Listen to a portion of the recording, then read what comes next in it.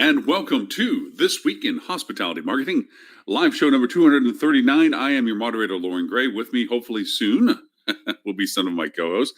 Although, listening to the email roster running around, I think we have an epidemic of hangnails or something. All of a sudden, everyone's not feeling well.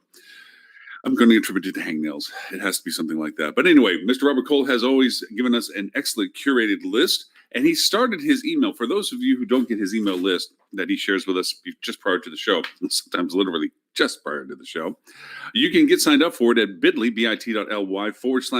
cheetah, all lowercase, no space. It is an amazingly excellent, well curated list, as those that know the show historically have. That the list used to be given just to the board members of HSMAI, the Hospitality Sales Marketing Association International, both the revenue and marketing boards. And that was because Robert was on one of them. Oh, good morning, Miss Cat. How are you? Good morning. Great. How are you? I was just doing great. Wonderful. Actually, I just came back from San Antonio, the Navigate conference with Navis. I was just talking about Robert's wonderful list and the origin of it, and that people should sign up and get it. Did you get your copy? I did actually, and there are a few articles in there that piqued my interest, and it was great to see that it wasn't all coronavirus and sadness. So, Yes. I did like his preface to it. It really resonated with the fact that, and let me just actually read a little bit of the preface so that why I'm referring to it so much.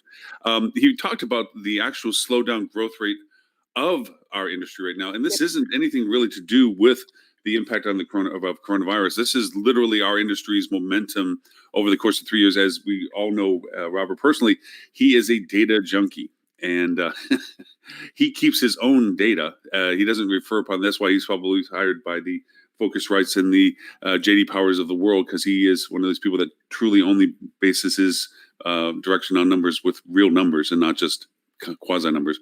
But he was talking about hunches, like our hunches, guesstimates, and opinions, which everyone seems to have with lack of backup. He said there was 3 takeaways to his numbers showing year-over-year growth rate of occupancy, ADR, and RevPAR. And he said, in short, the U.S. hotel industry occupancy percentage growth rate has dropped 50 base points in each of the past 2 years. He bases this not on he has a rolling 12 month that he runs with, and he doesn't base it on monthly. He bases it, like, for instance, by week, so that you have that kind of nullifies the weekday shift or the additional day, like in this case for leap year and so forth. It nullifies a lot of those effects numerically because you're just rolling it forward by a week. And he says also the average daily rate growth has also been cut in half since last year. Unfortunately, that combination produces a pathetic 0.74% growth rate in revenue per available room, or RevPAR, as we like to refer to it. So the bottom line, the industry isn't growing.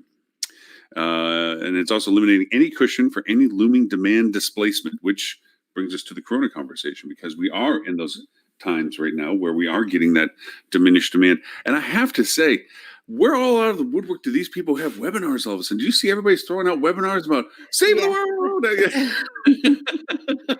Sure, and in a way, I'm happy for it because we've been able to take them and not have to reproduce them. The CDC came out with one as well as Ecolab, and we've been able to utilize both in sharing them as resources for our members. But it's coming straight from the source, the folks that have the data of the actual counts of viruses, who's getting vaccinations and recovering and so on. So yes, they are coming out of the woodwork in a way. Good. Thankfully, I'm happy for one of the articles Robert had added on the list. I reposted on my LinkedIn regarding what's your coronavirus strategy at your hotel, and I put hashtag prevention is better than cure. Get ahead of it. We another one of, I really liked a lot of the. No, go right ahead. You're here. No one else is. So you go right ahead. I'm just going to sit back and see what comes up. Welcome to Cat Show. Take it away. But I really love that, the just having a strategy in mind, and I know that yesterday I was speaking with actually Felix Ahmed. I had done a little intro for him, and he works in the restaurant side, and he was telling me how there isn't a lot of information being sent out on restaurants and how to manage them, and they have an even higher level of exposure with how much touching and food and exposure there is from people coming in, plus the food. I thought it was great to see that there was a pretty good checklist of things you can do to prepare for your hotel before you get hit. And of course, on there it had do not discount, do not go discount crazy, and become more experience and value focused versus the room rate focused. Yes, yes, and then just like I said, I just came back from San Antonio, so I got to see firsthand people's change in traveling. Mm. We had some that had the RN45 masks on, walking around, and then we had some people just wrap a scarf around their face. And I'm like, well, that's going to be helpful, but not the pandemic. People have to realize culturally, in the Eastern culture, wearing a mask has been around for a long time. Because of pollution, because of just wanting to breathe better in very dense populations. People have been wearing masks in those countries for a long time. So for them, it's more of a natural thing to be doing that regularly. For here, we tend to not be those people. I'm one of those geeks that during flu season, I do actually have a mask that I put on when I get on the plane with that low charcoal filter thing. I look like Darth Vader. Luke, you're from my father. And people always give me weird looks, but it's like I actually don't get many flu things. I think it helps me in some ways. So I did notice that in the men's bathroom, gosh bless them, they're actually washing their hands this time. Thank God, it's happening. If this is what gets guys to wash their hands, I'm all for it. It's the duration thing, though. You can see some people are more concerned with it. Mr. Tim Peter, how are you, sir? Hello. They're definitely more concerned about it because they are washing their hands, and also some of them are actually washing them like more than just a splish splash. Okay, that's actually why I was late. I mean, it's singing happy birthday 3 times takes a really long time. Yeah. I want to be extra careful. Extra clean for the show. A friend of mine, somebody I follow on Twitter who I've communicated with a bunch of times, put together a list of other songs where the chorus is at least 20 seconds long. And my personal favorite, of course, is Prince, Raspberry Beret. So use that if you need to. Better. Oh, that's a good one to share, actually. The kind you find in a second-hand stone. Okay, I want to sing that one now. And then you're clean. And now Kat has immediately regretted joining the show. Okay, we're talking about male hygiene. I'm supportive. I'm happy. Yeah, really, right? That's a phrase I've never heard before, by the way. Those people usually don't go. Yeah, those very well. So I had to go for it. That's good. That's gonna be our new oxymoron instead of yeah. But it is funny, and I was just like I said in San Antonio, and the local news, of course, is very heightened because of the containment of the people that came from the cruise ship, actually. Sure. Yeah, and they're being released now next Tuesday. It's like D-Day. Right. Seriously, it's captivating because they made the mistake of one of the women that was brought over was released too early. And she went to the local mall and she went to a local hotel before and blah, blah, blah, before she was going to be traveling. And then she contracted it and they brought her back. Well, oh my gosh. That was like the hotel got shut down. The mall got shut down. Every place she went to. And then and on the news, they were showing literally she was here 2 hours and 7 minutes. She was here 3 hours. I mean, it was like laugh about this, but yeah, but it was this thing, yeah. So that could be a revenue stream for hotels, though, as quarantine centers. In desperate times, Sorry, that's God. really attractive, right? Quarantine centers. But think about it. You can earn loyalty points while you're there. Yes, that you can hopefully get to use, right? Yeah, exactly. It's giving new meaning to the terms earn and burn. Do it just before renovation. Yeah, exactly.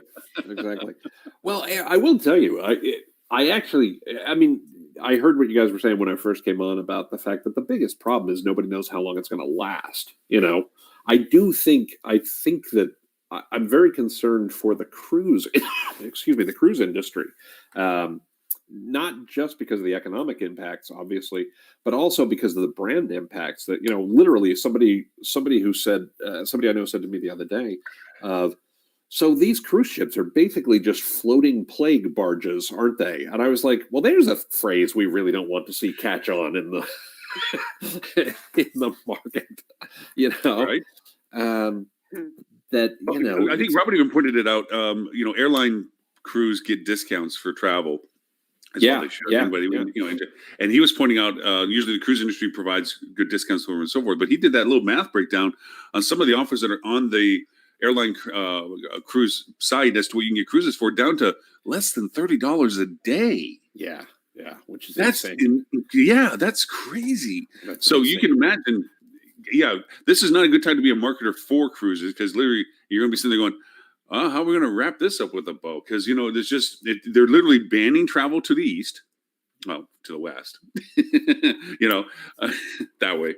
And you got to figure it's going to dampen on the fact that, do you really want to get caught on a boat when it's discovered that it might have something like this on it? Because from the news what happens to those boats. Right. They get stuck in the middle of nowhere, and they're going to let you sit there and just be a little incubator. Right. Nuke them from space, I think, is the right where they're heading with this. Just float them out to sea and blow them up. Yeah. Sorry, go ahead. No, I was going to say, but we did talk last week a little bit about the fact that it does put also a bit of a shadow on major density metro markets like the New Yorks, the Miamis, the Chicagos, the Los Angeles, and so forth, because people are giving second consideration to changing their plans already for that.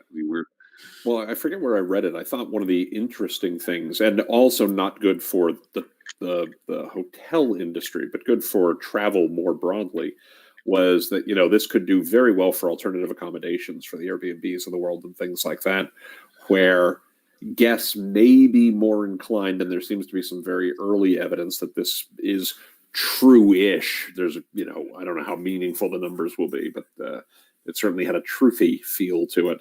That I would rather stay in a place where I'm not in a hotel with 50 other guests or 100 other guests or 200 other guests, but I'm just in this one apartment by itself. It's a little more isolated. I don't know if that's true, but I could certainly see that gaining some mind share with customers. That makes a certain degree of sense. Yeah, whether it's logical or not. Hey, Robert. Good morning, Mr. Gold. So I'm sorry I'm late. I was washing my hands, and I've been having to sing Stairway to Heaven twice. So it's all variants on the same joke, Robert. No, I heard you say that earlier. Got it. Okay. I was on another call that I was able to have you guys at a kind of low volume to hear what you were saying. Can I do a quick counterpoint to Tim's thing, though? Sure, please. Because I don't know what the answer is on the alternative accommodation. But do you also have the thing where if it's an individual apartment, you don't know who stayed there before? Oh, yeah. For sure. So I don't know if it's a plus or minus. It's hard to say. Yeah, so. I think that's very, very fair. I think in some ways, especially with Italy in particular, with their concerns, and justifiably, I guess, is this gives them a huge chance to pause on this over-tourism conversation. I don't mean to laugh. I'm sorry. I'm a horrible person. I want to be very clear about that. Me too. I wish no ill will on anybody or anything along those lines. I don't mean to be a jerk by any stretch, because this is terrible, and people, we want healthy people and everything else, and it's terrible for the industry and the like. But boy, in the Italy situation, if this isn't a case of be careful what you wish for, right? I don't know what is. Like, this is not the way you want to, stop over tourism. Right. I don't know what the right way to I legitimately have been trying to give a lot of thought lately to the over-tourism problem and how do we do sustainable travel in a better way. And I will be the first to admit I have no good answers on this. Yep. At the same time, I'm really confident that this is not the way to do that. No, definitely this is not the way to do that, yes. And I was going to say, in that Expedia article about the how they solved their $100 million problem, it highlighted in relation to coronavirus the fact that being proactive is not the first thought, because it's much harder to show what has come from it, the ROI on that proactivity. Right. And it has turned into a mental, stream of, hey, we can't prove to our stakeholders this is the way we should go, so let's go with what'll make them happy. Right. But how interesting the psychology of that. And how it's playing into not only what Expedia experienced, but also this. Yeah. Well, I just to go back to the uncertainty aspect for one moment. I mean, I had somebody who I think is pretty smart and knows stuff about stuff when it comes to these kinds of things tell me something that I thought was dark. It was not a happy story, but it was a but it has a very much a silver lining in that I can't remember which virus it is. I can never remember the exact order of the letters. H1N5 or H5N1. Well, H1N1. H1N1. Whatever. Yeah, had a fatality rate of 60%, 60, right? Oh, yeah. And which is horrific, right? And but that's the fact that it was incredibly fatal, the fact that it was incredibly damaging, was actually one of the reasons why it didn't spread widely, for two reasons. One, you felt so bad when you got it. The first thing you did was you went to the hospital, which then restricted your ability to infect other people. Sadly, the second thing you did when you got it was typically you died, which also reduced your ability to infect other people. Mm-hmm. But collectively, not a lot of people got it. A lot of people died. Anytime anybody dies, that's a big number. So I don't want to minimize this by any stretch.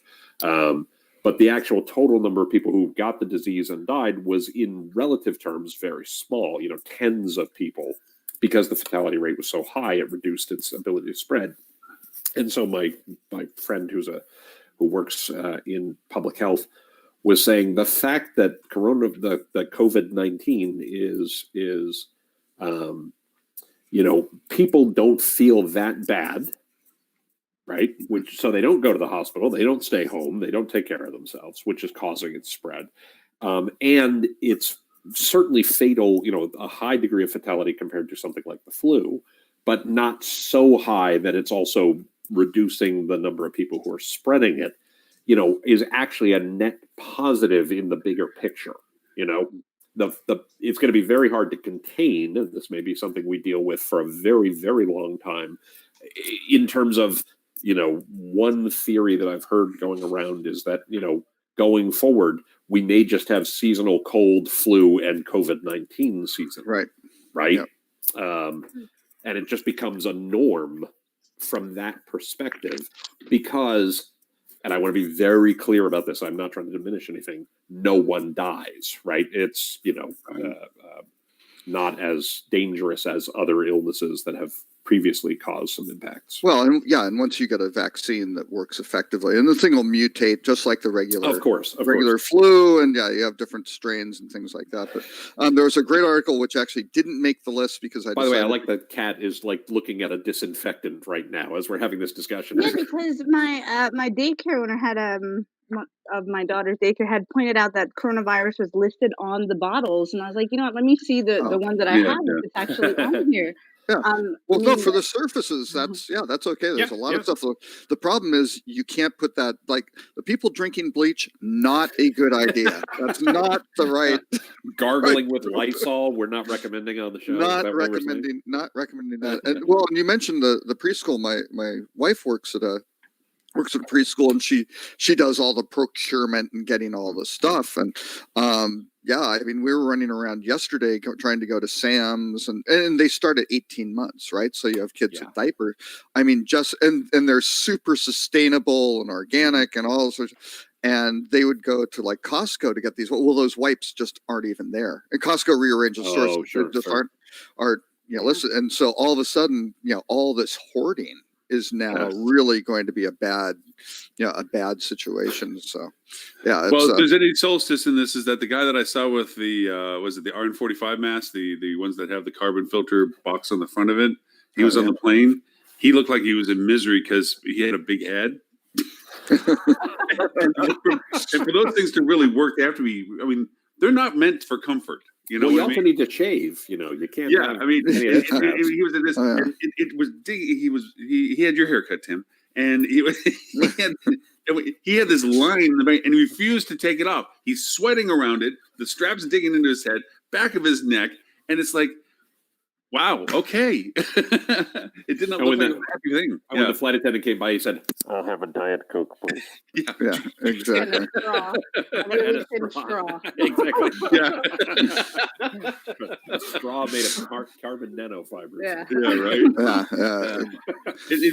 Yes, out of abundance of caution, of course, so forth and so on. But I think we have to take, and Robert, you did this great last week's show, talking about the reality of data, the true data, and the ones that are contrived. And the links that we shared last week's show, the numbers, the real infectious rate, the real openings and so forth that's happening, and the real risk people at risk have to be considered as well. Most of us will probably have this, we treat it as a cold, hopefully, fingers crossed, knock on wood. It's just, it creates that unfortunate physical feeling without being at risk. Well, so. And the article that Robert shared, and I'm gonna do a shameless plug, but who we kid, that's what I do. Robert shared a really good article from Max Starkov on LinkedIn. It's in the show notes right now. There was another place, Hospitality Net has a good live blog as well. Robert shared the one from FocusWire. Hospitality Net has a good one, and one of the things Hospitality Net did was it also asked a bunch of folks, and I was one of them. Max was one of them. A bunch of people for what is your strategy and how are you coping and things like that. And there's about 10 or 11 folks who wrote replies to that, and at least all but one are good. So you should definitely check them out. but a lot of it is and I forget who said this, but this idea of is a discount going to make the difference between somebody, prioritizing their pocketbook or their health, right?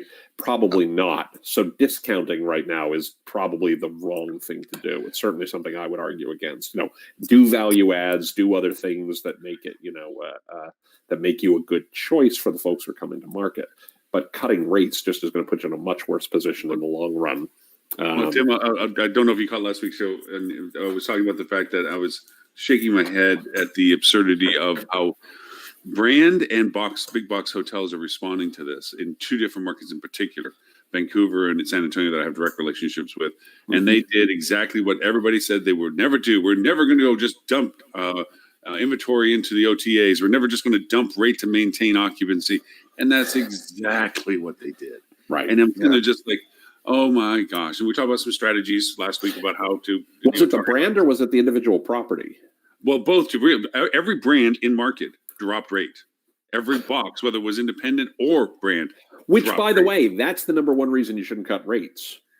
That is the number one reason. And people miss this all the time is there may have been a time, I don't know that this ever existed, but maybe there was a time where you could have dropped rates and picked up some occupancy quickly before your competitors caught wind of what your rates were. Yeah. Today, everybody knows what everybody's rates are. So if you drop rates and everybody else follows you, all you've done is lower the rates for everybody in market. You're not going to gain any additional occupancy from that. All you're doing is getting less money from the people who are actually coming in the first place. Right. It is a death spiral. It is a death spiral. I wrote a post about this on my blog, and I've been talking about this for longer.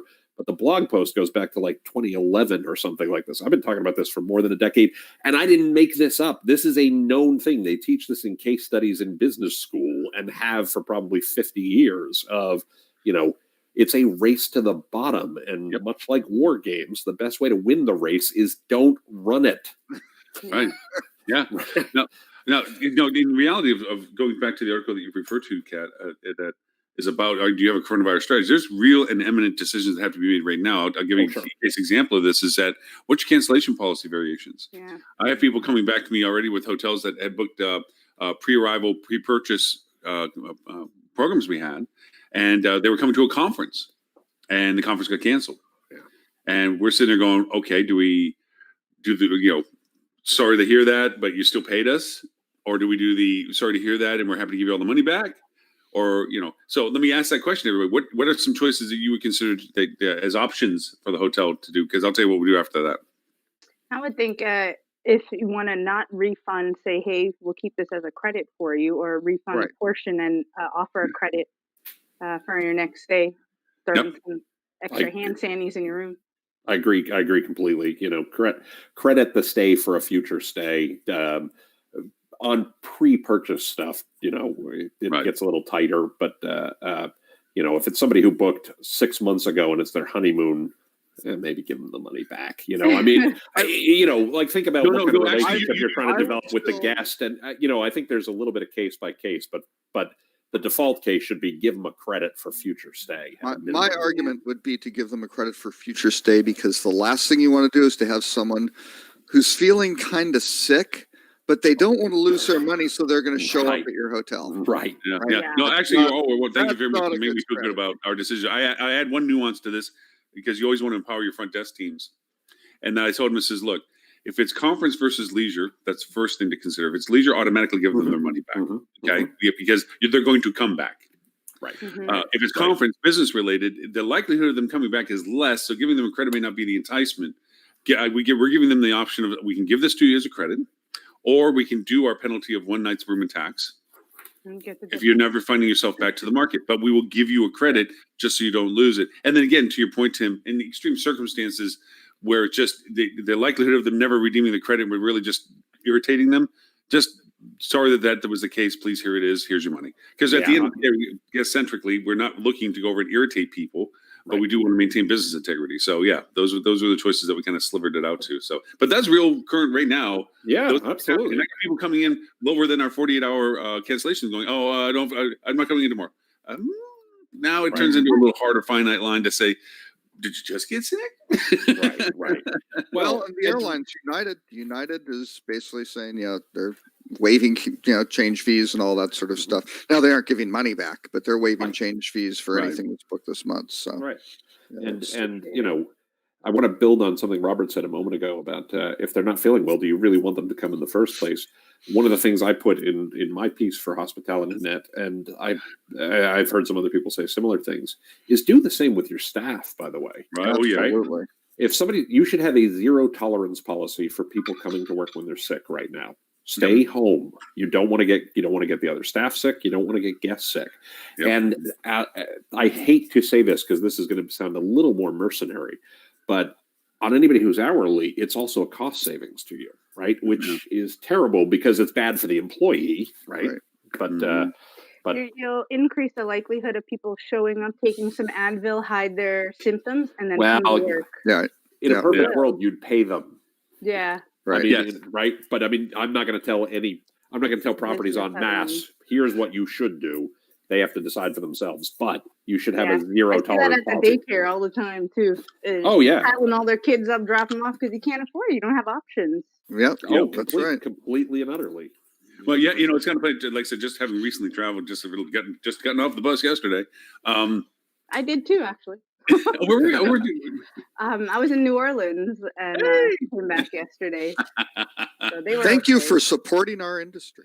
I'm traveling next week, Charleston and Phoenix. One thing I noticed on the planes is, first off, people's rituals have changed. As soon as they're sitting down, they're wiping things down. Mm-hmm.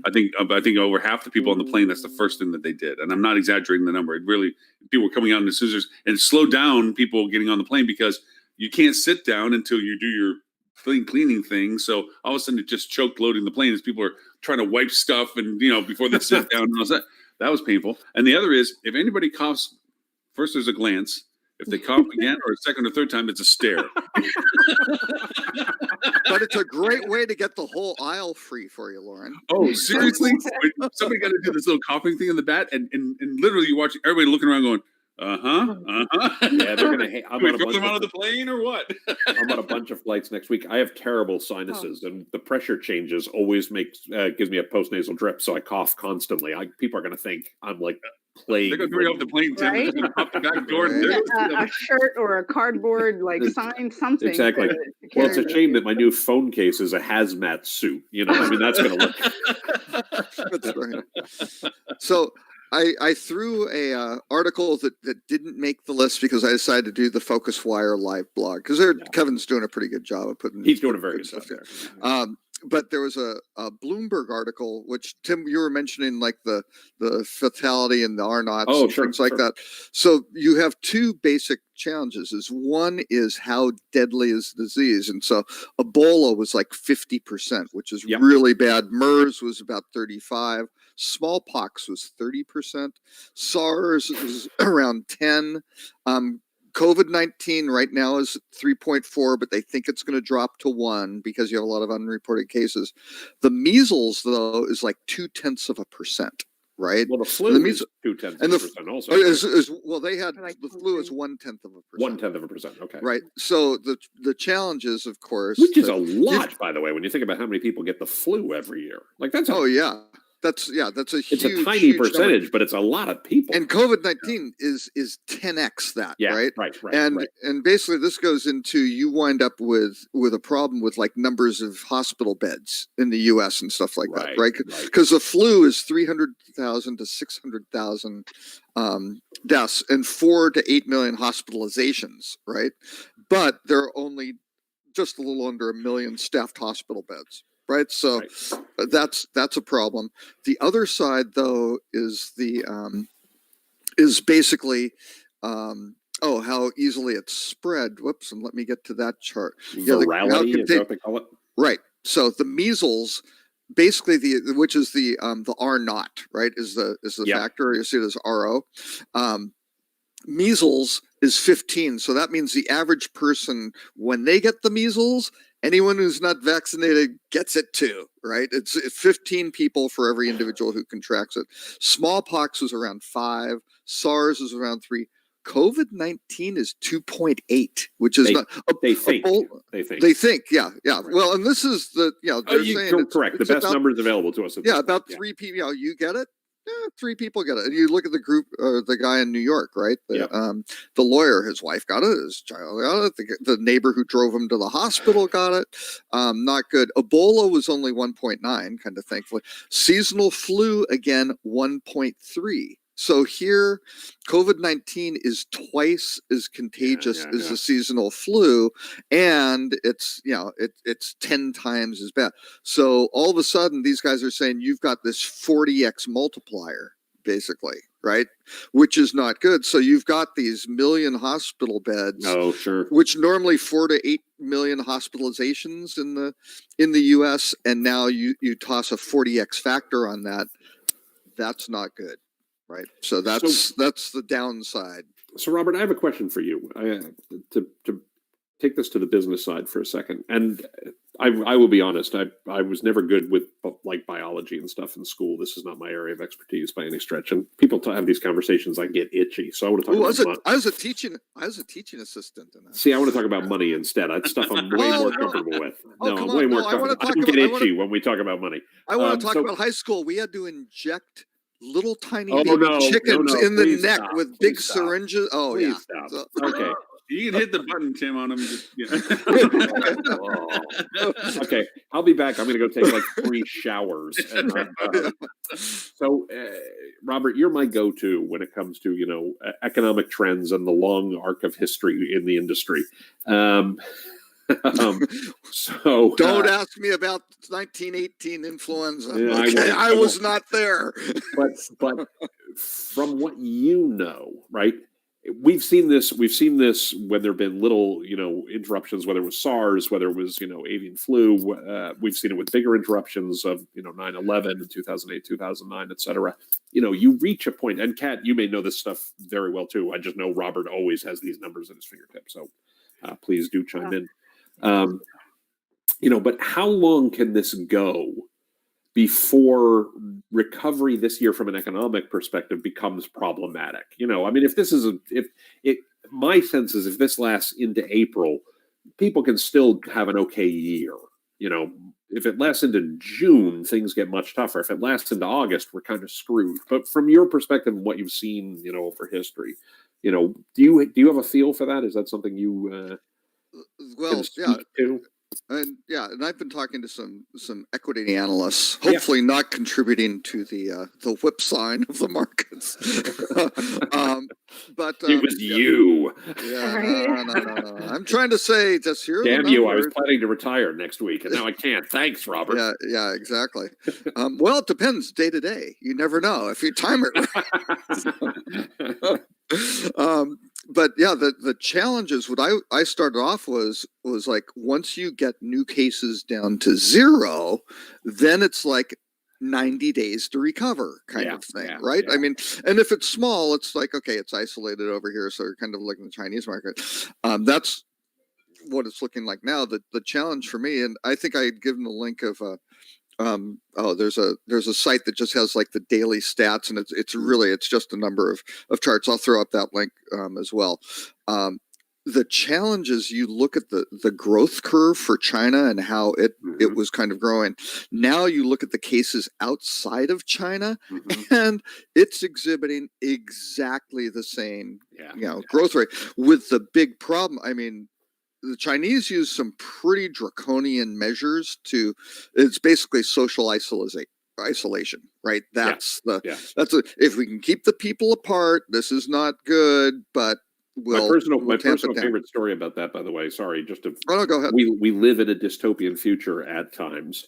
Was the fact that they were using drones to patrol villages. Oh, yeah. And if they spotted people outside, they were taking their picture and the police would come and visit them and stuff. That's fairly... Oh, yeah. That feels a little like Logan's Run or something.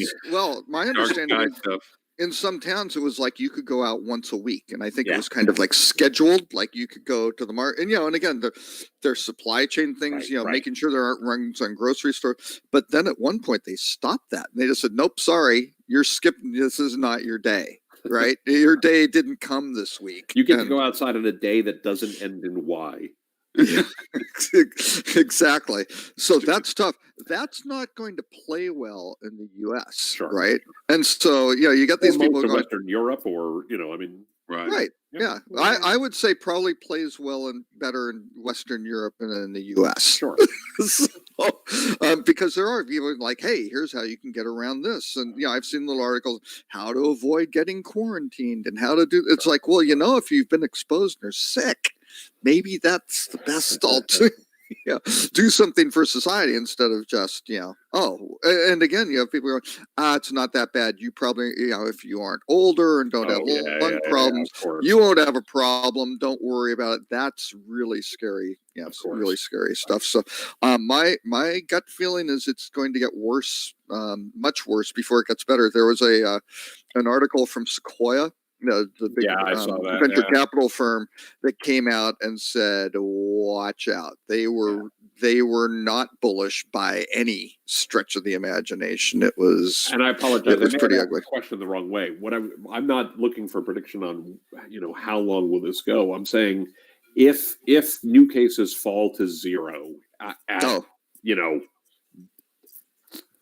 2 weeks from now. Right. Let's be super optimistic. That's not happening. Of course not. But play along for purposes of the question. Okay. Yeah.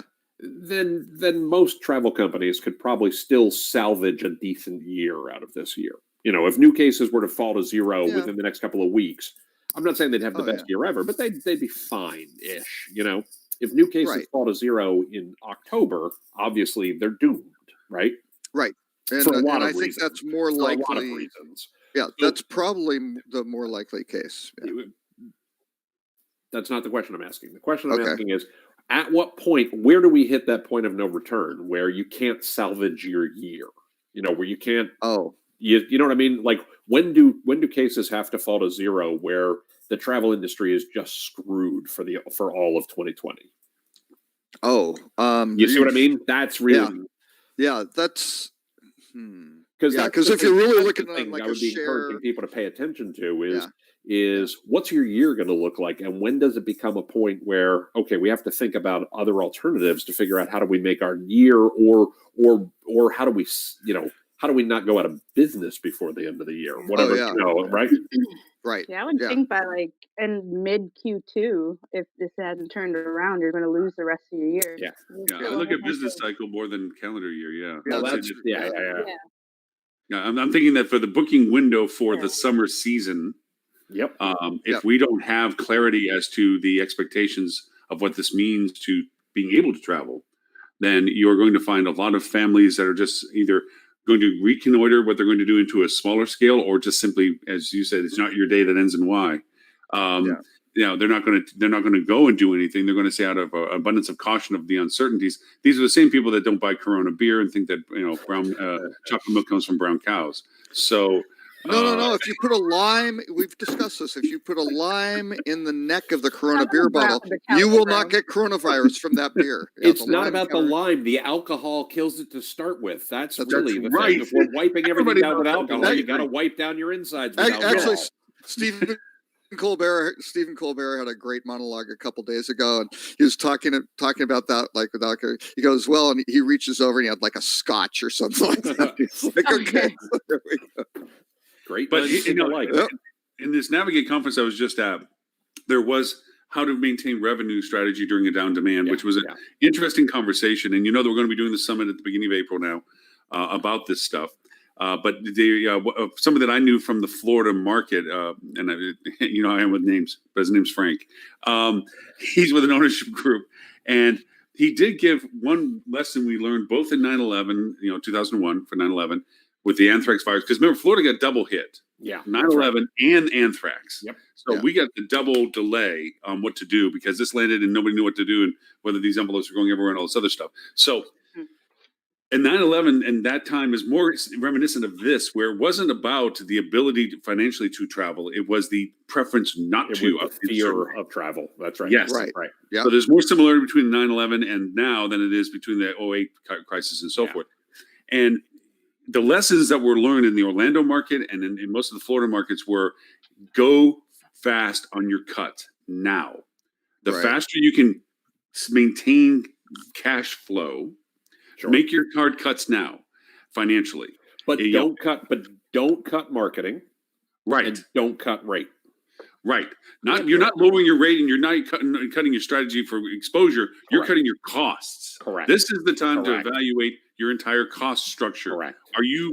Because we've all been kind of, and the analogy I give in my conversation is, most of the people that are in charge of management right now is like the pilot that knows how to fly the plane, but the plane's only been flying up in the air. It's never landed yet. He doesn't know how to land the plane. Right. Most of our management, 64% of our management in the industry right now have never worked in a down economy. That's right. They don't know how to land the plane. So on the topic of cutting costs, Lauren, it might also be reallocating costs, like what South Korea is doing with having those drive-through. That's absolute genius. When you drive up, because it will cost to have the supplies as well as the labor to manage that whole thing. That's right. Right. So you might have to put more in. But to answer towards what you're saying, Tim, is this is now when these discussions need to be going on. Yeah, no, these are the things that need to be put onto the table of what's our durability. Yep. And it's funny because one of the things I want to put into the summit is exactly something that we learned out of 2001 is stress testing your budget. Yeah. Take your budget and do three different things. One, either degrade it by 10% increments on your occupancy, or two, remove channels of contribution. Yeah. And three, start taking your operational costs per percentage based on those and determining what you would have to do in scale to mitigate those levels of business. And that's stress testing your budget. Well, and take your worst rooms out of service, right? Even if you don't have the money to renovate them right now, unless you're full up, take them out of service. Stop selling them, right? Close them out. Mm-hmm. Yeah, seriously. That creates immediate internal compression. Yeah, that's exactly right. Yep. And you lower your housekeeping cost, you lower your maintenance cost. Incrementally, but it's gonna help. Also, the other great lesson from 9/11, as much as I hate to say that as a phrase, is focus on drive market. Yes, absolutely. As I was reciting what I used to do back in the time, people are still unfortunately passing away. People are still getting married, and people are still buying homes. So there are core business travel requirements that still exist, medical is another one of them. And obviously, we looked at it from our marketing parts of view as proximity to hospitals that are handling this stuff. Whether there's because it's not just one person that gets sick, right? It's one person's family that gets sick. The person that's being treated and the people that are supporting. And this creates a whole different dynamic and so forth. And again, we're in the hospitality business, so we're providing accommodations. We're innkeepers at heart, for whatever the reason of their travel. So we have to be mindful of being what are still the core ones. You see these companies that, and I don't know whether this is really required. They're stopping people from traveling. These moratoriums. Do you find that there's a real value to that? I mean, there's a legal value to them because they're not putting themselves like Bob got sick because he was forced to travel. You mean conferences that are or businesses? Well, a lot of companies with non-essential are travel putting 6-week moratoriums out. Don't travel for business. We're not traveling anybody for business. Sure. Some conferences lost people just even though they were driving to it. I was talking to a young lady over at the conference. Absolutely. the Well, there's entire company was driving to the hotel for the conference. Right. There's But a, they yeah, couldn't but go. there's a I mean there's a liability situation. Right? Yes. Mhm. There is a lost labor productivity portion of this, right? And there's a Corporate social responsibility. corporate social responsibility, Yeah. and you have the situation of the travel industry is not the only industry that's seeing some impacts when you have problems with supply chain and things along those lines. So it is also a cost cutting measure, and it's True. and Absolutely. as much as it impacts the travel industry, and I hate to see it, it's probably a smart cost cutting measure as opposed to, hey, let's take 10% of the workforce and lay them off. Right. I'd much rather they cut travel. I hate to, I despise saying that, but I'd rather the economy keep going by having full employment than unemployment spiking dramatically. On, and one of the articles Robert shared on Amman and that amazing looking resort, it mentions in there when they're on their off season, what they'd like to do is utilize their space for training, further Yeah. training. So if conventions, conferences are what's being cut, that means you'll have your conference space. You'll have those rooms and so on that may lend themselves to small meetings. Maybe utilize that on how you could train your staff on different ways of implementing things, either with guests or even internally. This isn't a, hey, read a memo and make it happen. Ongoing training is really what's going to allow this to get through and be effective. Do you think it's too early for hotels to start putting into their dialogue the awareness of sensitivity of the concerns of their arriving guests and what the hotel is doing to help mitigate those concerns? Like we have hand sanitation, we're retraining our housekeeping staff to be more attentive to cleaning, blah, blah, blah. Is it too early or? I don't think it's too early. I think it's a question of how you approach it, right? Uh-huh. I think it's very. I don't think it's ever a bad time to say, look, we take your well-being seriously. If you are, if there's anything we can do to make you feel more comfortable with the. I don't think you're ever wise to focus on cleanliness, but if there's anything we can do to make you feel more comfortable with the accommodations while you're here, let us know. We'll be more than happy to take care of that. You may notice some changes in service.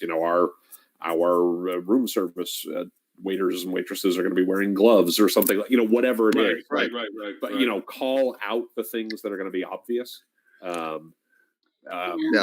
And say, hey, you know what? We have a zero tolerance sick day policy. So if somebody comes in and they're not feeling well, we send them home. So service might be a little slower than what you're accustomed to. Things like that. But I will tell you, nothing makes me feel skeevier in a hotel room ever than those sanitary remote controls. This might be a personal thing, but it's like, well, thanks for pointing out a thing that I never wanted to think about ever. Yeah. Like, I don't know that you want to draw attention to the germ-ridden surfaces in the Yes, room. our germ-ridden surfaces are now 20% less germ-ridden. Right. 99.9. Right. So I think it's how you message it matters a lot. Definitely address the elephant in the room, but I don't think it's too soon to do that. I would say adopt the best practice. Make sure you're doing the right thing for your employees. Do all those things, and then probably develop like an FAQ internally, so everybody knows here's what they're doing. If a guest asks and things like that, then you can explain. I'm so sorry for laughing, Robert. I apologize, but I'm just That's okay. You gotta love when you talk to the one person at the hotel and they're like, "Oh yeah, man, we got like 12 people out sick. It's really gross." Like I've had that happen, and you're just going, "Don't say that to people. Just don't say that to people." Yeah. I was at a restaurant once, and one of the people was complaining about, "Oh, we got so many people. Like the flu's been going around and stuff," and I'm like, yeah, you know what? I'm good. Yeah. I'm not going to actually have my food. Yeah. No to-go box. No to-go box. Yeah. I'm gonna swing back Sous and try chef, the sous Five chef's Guys in on my here. way home. Yeah, but at least the sous chef's in there, even though he has that really weird rash. Right? Yeah, exactly. The glove covers it. It's okay. Yeah. But I literally had that experience not that long ago, before the coronavirus thing. But it was so funny when you said have FAQs. I'm like, oh my God, do I have the perfect negative case study for you on this? Yeah, exactly. Okay, so Lauren, you were asking about let's look at what Sequoia recommended, right? Because Sequoia is not this reactionary, let's get, bent out of shape and overreact, but they're saying number one, cash runway. that's a huge Yep. important Yep. important thing. You run out of cash, everything stops. Yeah. Now, because again, they're focused Pretty on much by definition, actually. on fundraising, because again, they're focusing in the VC space. What happened? But again, they pointed out, they said, Airbnb, Square, Stripe, all these companies were really born out of the global financial crisis, right? So there's an opportunity when things are down, and Right. to go start new things. Sales forecasts. Even if you don't see a direct or immediate exposure, anticipate your customers may revise their spending. Certain deals may not be certain. Don't get caught flat-footed. Marketing, this is an interesting one. With softening sales, you might find that your customer lifetime values have declined, in turn suggesting the need to rein in customer acquisition spending to maintain consistent returns on marketing spending, right? So they're saying, tamp it down. Again, these are investors, right? No, I get that. I get that. Yeah. So I'm going to push back on that one for a second. The last thing was actually added on to that. They said you might even want to consider raising the bar on ROI for marketing spend. Right. There you go. There you go. So that's the part I want to push back on, because I want people to make sure they take the correct message from this. Twofold. One, remember, these are folks who invest in companies and look for a 10x return within 3 to 5 years for themselves. Yes, for themselves. So their timeline is very different than a hotel operators, right? So let's be very clear about where their incentives lie. The second thing is, I absolutely would suggest, you may want to focus your marketing where you're putting the dollars towards the places with the greatest ROI and the like, and you're being very judicious about where you're spending your marketing dollars. Right. But there have been a lot of studies that show the businesses that cut their marketing during downturns. This happened during 9/11. It happened during 2001, 2008, 2009. It has happened in other short-term disruptions. Are the companies who struggle both during the downturn and when times get better. Yeah. Right. Yep. Right. Because now your competition is lapping you while that's going on. You've dug yourself a hole, and then when this ends, the first thing you have to do is climb out of the hole. Correct. Right. And based on increasing or focusing on drivable traffic, I guess it's back to those billboards, folks. That's right. Yeah, but I mean, do look at things. One of the more interesting studies, and one of the more interesting studies that I've seen about this topic, Smith Travel Research, Mark Lomano from Smith and some folks from Cornell did a pretty good study a few years back that I linked to in the post that I did on Hospitality Net, that basically showed one of the places that actually had a above average return on spend, and Lauren is going to, his head is going to explode in a second, but was franchise fees. And the reason behind it that I think is true, they didn't dig into it to this level, but is you get a multiplier effect, right? Because it's not just your marketing, but you're also getting the brand is doing things at the same time, where a lot of independents, and especially smaller independents, probably were cutting their budgets to begin with and didn't have, couldn't put as much weight behind it as, you can get from a larger brand at that time, right? Yeah. So... Yep. No, anyway, I will get off my soapbox on that. Oh no, they had two other things. One was head count, and they're saying this might be time to evaluate critically whether you can do more with less and raise productivity. Yikes. And capital spending. Until you have charted a course of financial independence, examine whether your capital spending plans are sensible. So basically, you read through the lines, they go, well, cut your capital spending, cut your head count, cut your marketing, look at your sales forecast. Watch out for runway and watch your cash, right? Which is you're talking about from their perspective, from a ground level perspective. Here's, I think, some admonishments of some things you can take. Well, that's the investor perspective. Yeah. That's not the Google. What's good for the customers and things like that. Google is not stopping its roadmap. It's going to continue to do what it's going to be doing. Absolutely. If we listen to what we're talking about, yes, I completely agree, Tim, with you on the fact that this is the time to optimize your marketing to only going for the things that truly generate what you need from them, and maybe a little less on the well, it was nice we're getting it, but we had enough money that we could bleed a little bit. We could run those things. You definitely have to tighten up your market strategy to have a higher threshold. Focus on your better feeder markets, focus on drive markets, etc. Yeah. Sorry, I didn't mean to interrupt. Please. Yeah, no, you're right. And to that end, I say this is where you need the sharper pencil to do these things. You need to be, instead of the spray and pray advertising that most people are doing. So this is going to be a shakedown for a lot of people that were just riding the wave because everybody else was on the wave and the tide was high and the boats were high and everything's good. Well, now it's not. And for the people that are much more in tune with where their business is coming from and much more in tune with what the yieldabilities of what they're doing, this is where they're going to shine. And this is the chance to really claim a lot of ground in your market by market share and voice. And this is where I'll go counter to what you said, Tim, about the franchise effect. They're also walking just big club to swat to fly on a wall with this. They're having to pull everybody along with them. Now, that momentum helps everybody, but it also is very untargeted and not really concise. It's not as good as it should be. Let's put it that way. Well, of course not. Of course not. However, I'm going to defend the brands for a second because I worked at brands during 2001, 2002, and that 2008, 2009, two very different brands. And we had task forces inside the company where every single week we were saying, these are our crisis hotels and what can we do to help these folks as best we can? You are absolutely right. When I worked at Wyndham Ascendant in 2001, 2002, we had 7,500 hotels. We could not do something for every single one of those 7,500 hotels every single day. We couldn't. We absolutely couldn't. We could say, boy, here's a market that's really getting slaughtered. And what can we do to try to help that market? Right. So did we do as much as was needed? No. Did we do as much as we were able to help as many franchisees as we could? Absolutely. And I feel pretty confident saying I suspect that's true because remember, the franchisees are our customers, right? If they don't see the value they're getting from the brand, they're going to go be a franchisee for somebody else or go independent. So it was in our vested interest to try to help where we could. True. But I would say to that end also that, you had a small toolbox. Because there was only certain tools. Oh, yeah, you're absolutely right. Okay, where independence and so forth, we can have a master. I don't know who told you, by the way. I'm a little. I don't want that getting out, really. Mum's the word. But the ability to have multiple tools and the capability of using them in a very precise way is going to be a very strong suit for those that have built this up for it. I would also slightly venture off the capital expenditure potential also, because if you're strategic in being able to capture more than your fair share of market because of doing better at getting your market share for the demand that's there, it might be the opportunity to take advantage of going over and improving your inventory quality.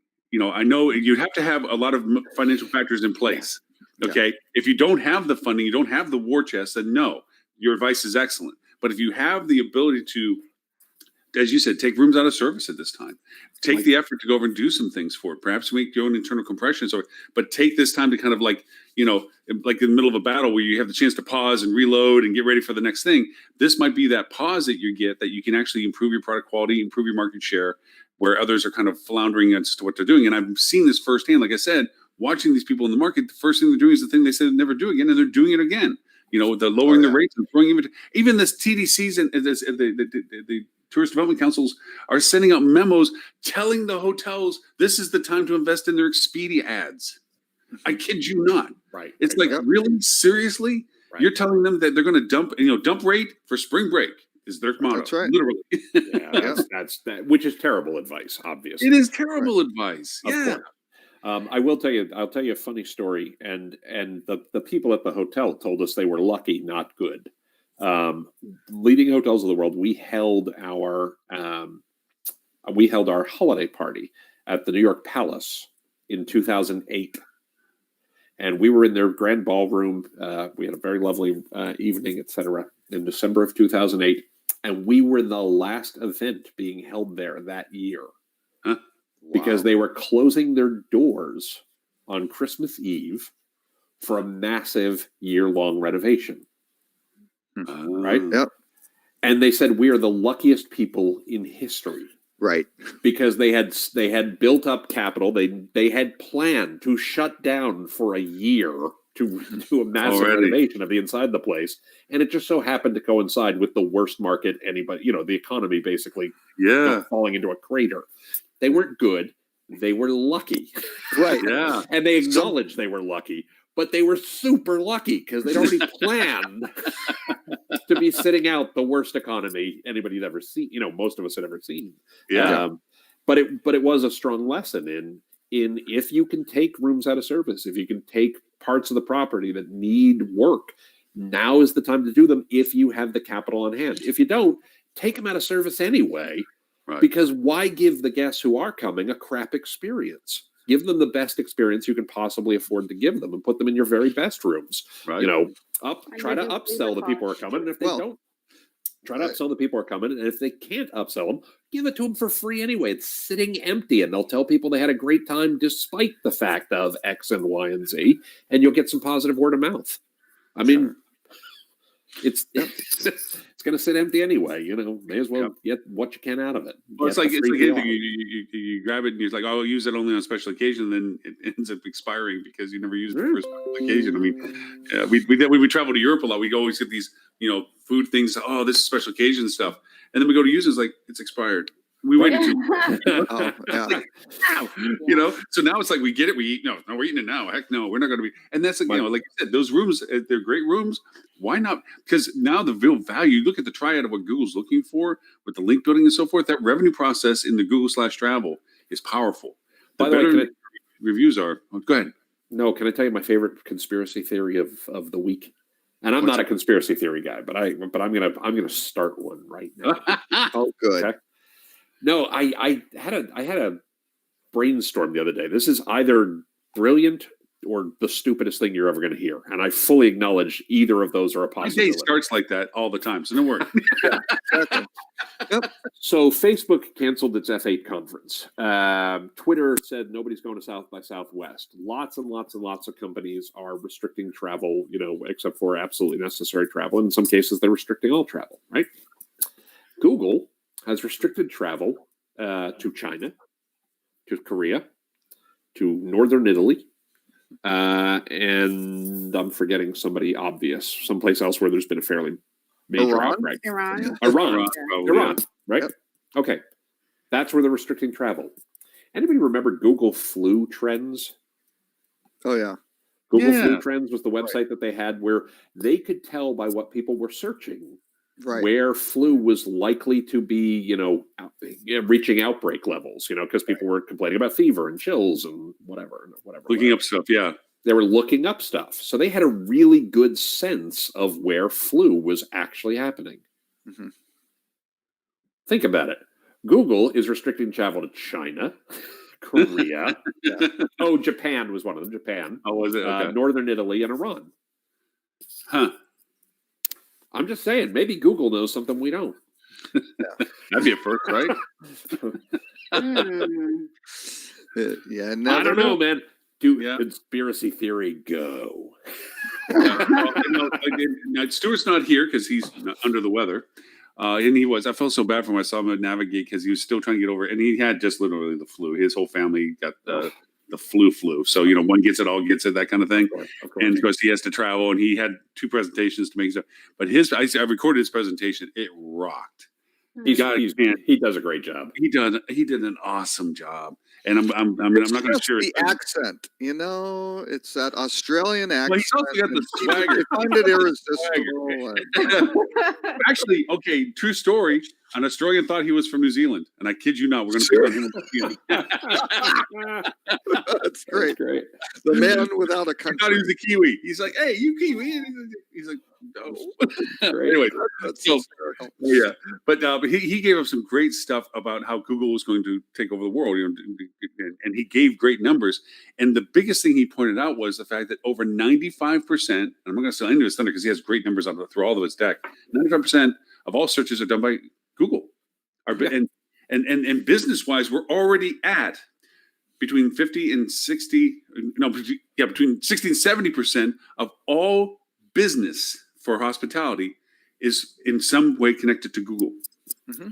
And it keeps going up by 10% every time he, by month sort of thing that he's going through. He has better, he can be much more accurate about his descriptions. Yeah, absolutely. Well, there was a great piece on FocusWire today about the fact that They went through the annual reports from Booking.com and Expedia, as they do each year, and that Expedia and Booking Holdings dispersed a record $11 billion on marketing in 2019, with the vast majority of that going to it's like Google. 90% or something like that. Right. Yeah. Right.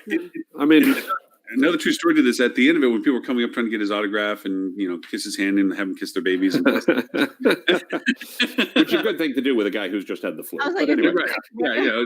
So one woman came up and she says, "I didn't know if you knew about this Google Hotel bookings survey." He's like, "What are you talking about?" And as she's describing it, her hotel ownership group got reached out to Google, where they're tracking the bookings. Yep.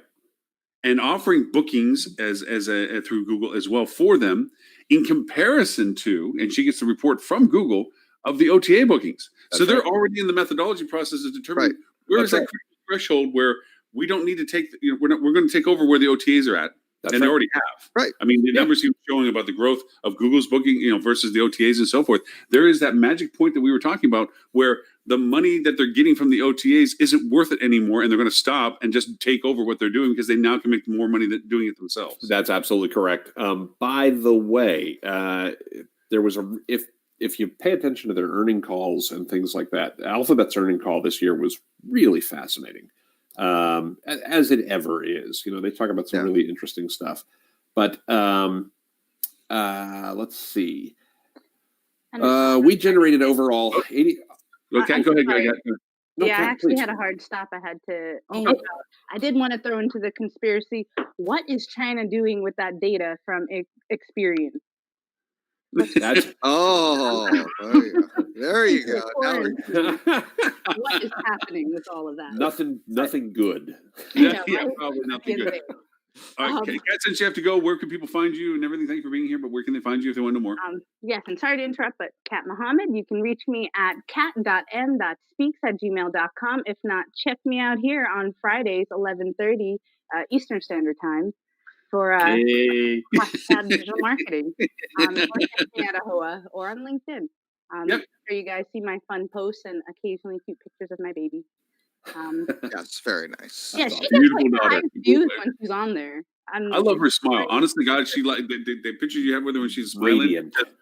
Brilliant smile. You're very lucky, Kat. And she lost like 2 teeth in the past 2 months. So right here is super cute. But That's adorable. It is. It's a pleasure being on the show, and I look forward to chatting with you folks, the audience, as well as my co-hosts next week. So have a great day. Thanks, Kat. Being here. Care. Have a great rest of the day. So Google said Alphabet, we generated roughly overall 83% of total revenues from the display of ads in 2019. Roughly 61% of total revenues came from Google search alone. But here's where things get really interesting. People access, these are quotes, people access the internet through a growing variety of devices such as desktop computers, mobile phones, smartphones, laptops and tablets, video game consoles, voice-activated speakers, wearables, automobiles, and television streaming devices. They also said, in addition, search queries are increasingly being undertaken via voice-activated speakers, apps, social media, and other platforms. We've seen an increase in YouTube engagement ads. This is where things start to get really fascinating, which monetize at a lower rate than traditional search ads, right? Basically, mobile growth is slowing. Google's growth from search ads is slowing, not because they're not doing a great job monetizing it, but because everybody already searches. And they're already getting every dollar out of the searches that are happening that they could possibly get. Right. All right. They said, rats, I lost my place in this. Basically, they said they invest. Here we go. We see new verticals beginning to grow as well, supplementing the content that you see on YouTube. They said there, but he meant on YouTube, with other types of accessorizing, be it merchandising, ticket sales, etc. Brand advertising is growing at a healthy pace and remains the largest component of YouTube ads, but direct response is growing and continues to grow at a very substantial rate. In direct response, we're letting brands insert a tailored call to action in a video ad, such as signing up for a newsletter or scheduling an appointment or downloading an app or booking a trip. Right? And they said we put headcount behind the areas we're investing for the long term. And then they went on at some length about on commerce. I'm really excited Bill Reddy is here. He brings a lot of experience. And you mentioned the transactional part of the funnel. And I think that's an area where he brings a lot of experience given his prior work.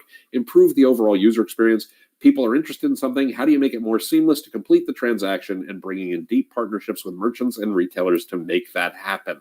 Yes. And that's where we are investing, said Sundar Pichai, right? And so since Amazon has a lot of the retail stuff locked up and left travel completely vacant, what's the easiest spot to enter? Right? And you're going to see a lot of innovation, changes to the product in YouTube and Maps and their other properties for them to continue to drive their growth. And so it seems pretty likely that they're saying out loud that that's where they're going to be investing to drive travel ads. I thought, by the way, you're spot on, Robert. You could not be more right when you talk about their who's got the target on their back with Amazon. I had another note in here specifically about the fact of how many times they mention Apple and Facebook and folks like that in their annual report, and it's a couple times each. And how many times they mention Amazon? It's like every other sentence.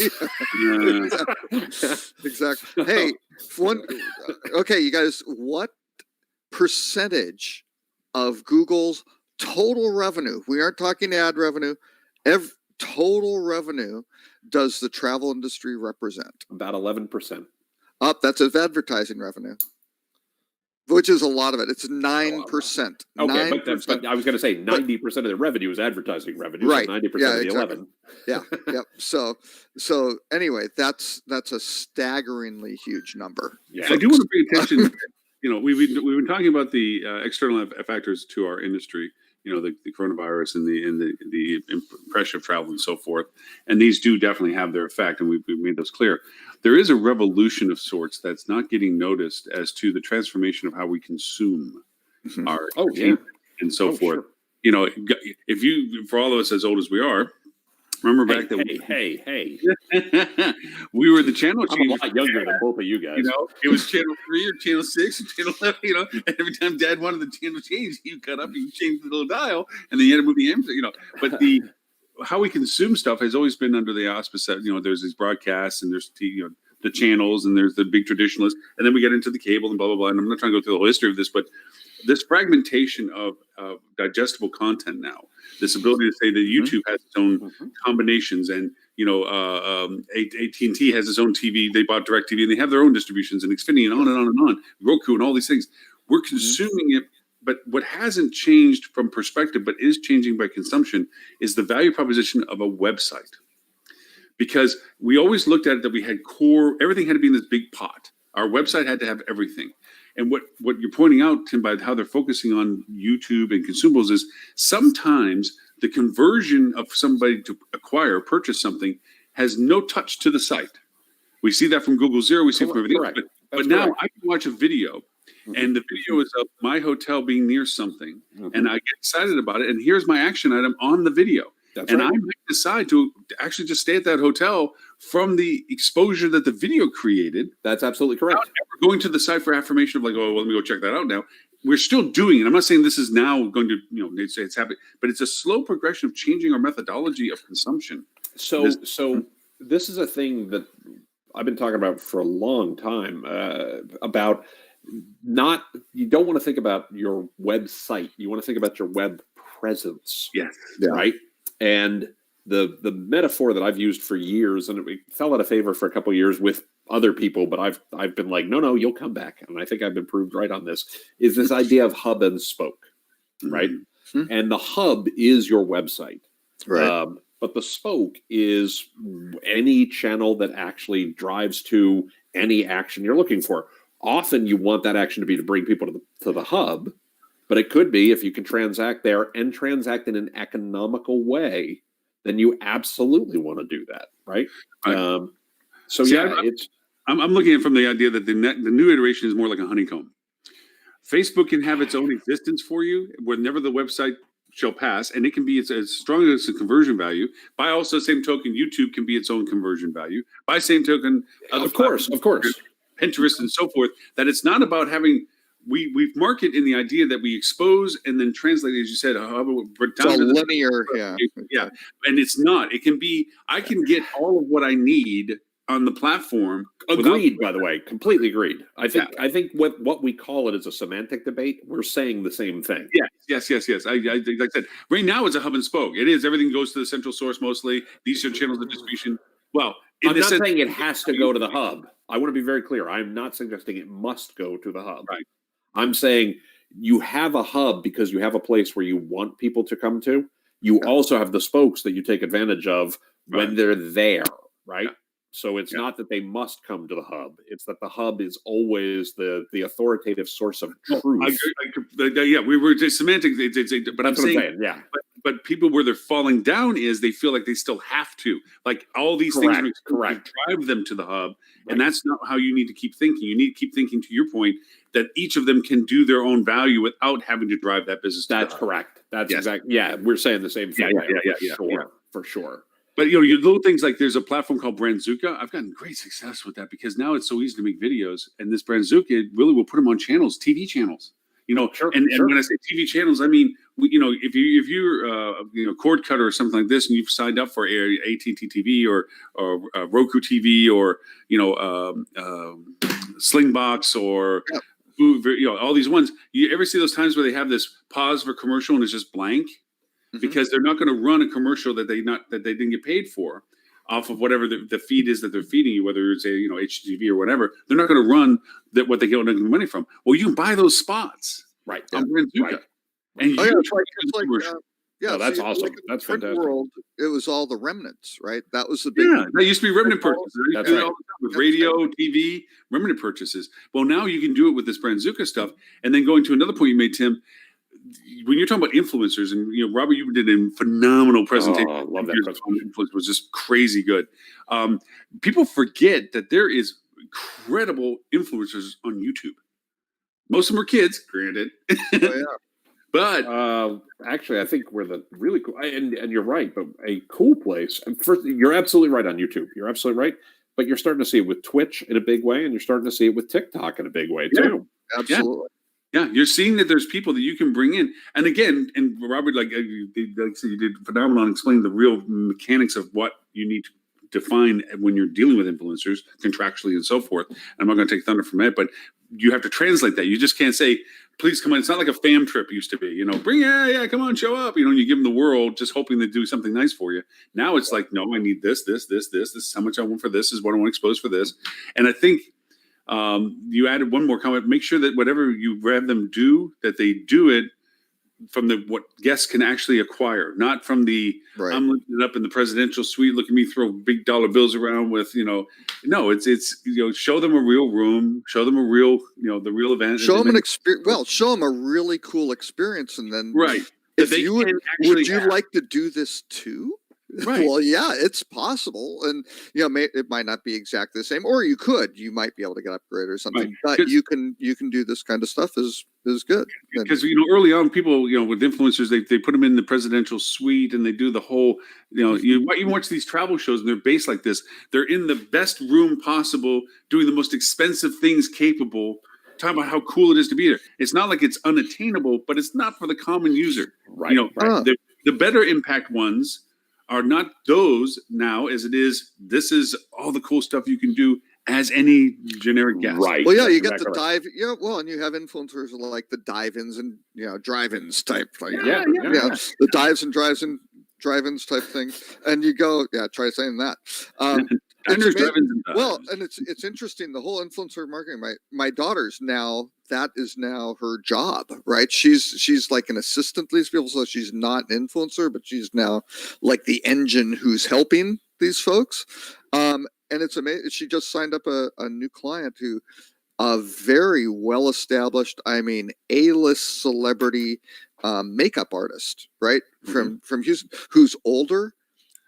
I think has 1,500 Facebook or Instagram followers. I just zero.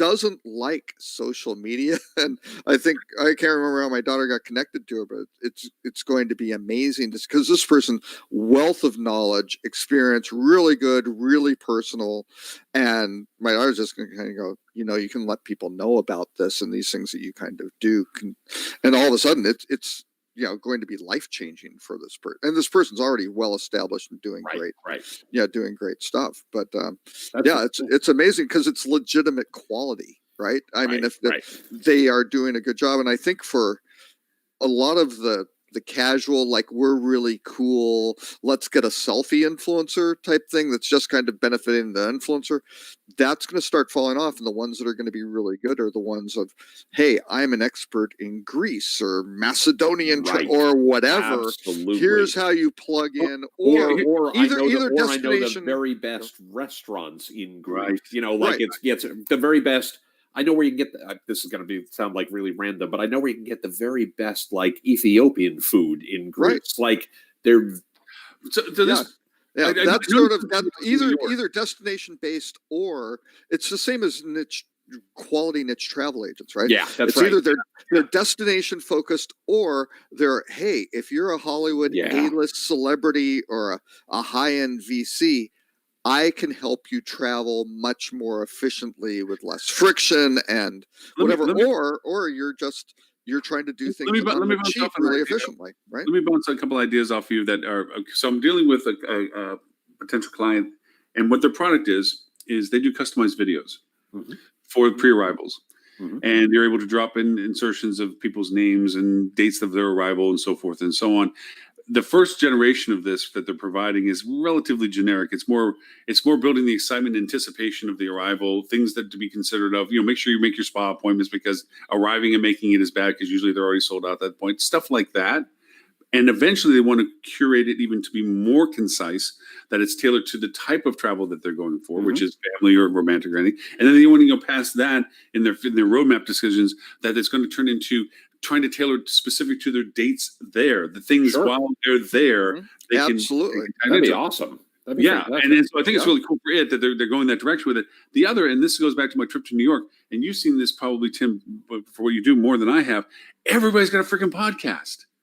I mean, when I was in New York, the local news people are like, and this is our broadcast episode, but we'll continue our live streaming, and you can always catch me on my podcast. Every announcer had a podcast. And then I see everywhere advertisements of people with podcasts. So one of my original things I was going to do with one of my hotels was I was going to create a podcast, a weekly or bi-weekly, depending upon the use value of it, of what to be anticipating coming to and adding it to their pre-arrival aspect. Where it's like, hey, there could be a lot of value in that, for sure. That's right.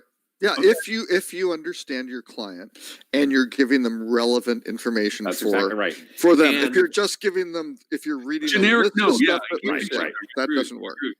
But obviously, if I'm going to because I'm going to try to do it for a Vancouver property, there's events every day in Vancouver. And granted, we're in different circumstances at that particular moment, but there are always these festivals and things and so forth while the weather is more temperate for them. That are coming up. Springtime is a big thing. And so I was thinking about trying to pilot that as an idea for that market where we do those kind of, hey, you're arriving the first 2 weeks of April and blah, blah, blah is going on and blah, blah, blah is going on. And this is, and how close it is to the hotel or what can you eat or whatever have you. I was thinking about trying to do that. So, cool. It could be really valuable. I want to talk about two things real quick that are very related to this. So first off, I want to respond directly to what you said. I've been looking for a very specific piece, and I can't find it, but I found one of my earlier references to this hub and spoke model that I've talked about in having a web presence, and it dates back to 2011 at the latest, in 2009, even before that, right? But to give you a sense of how long ago this was, and I apologize for citing something from so long ago, but this was the former CEO of MySpace who said, but think about this quote, right? He said, Tom? No, this was Michael Jones. This was the guy, this was the adult in the room who brought it, whose job was to turn MySpace into an actual business. But he did say, quite rightly, a single front door equals a single point of failure. Many large internet businesses, such as MySpace and Yahoo, have a single brand front door in that users have one point of entry into the site.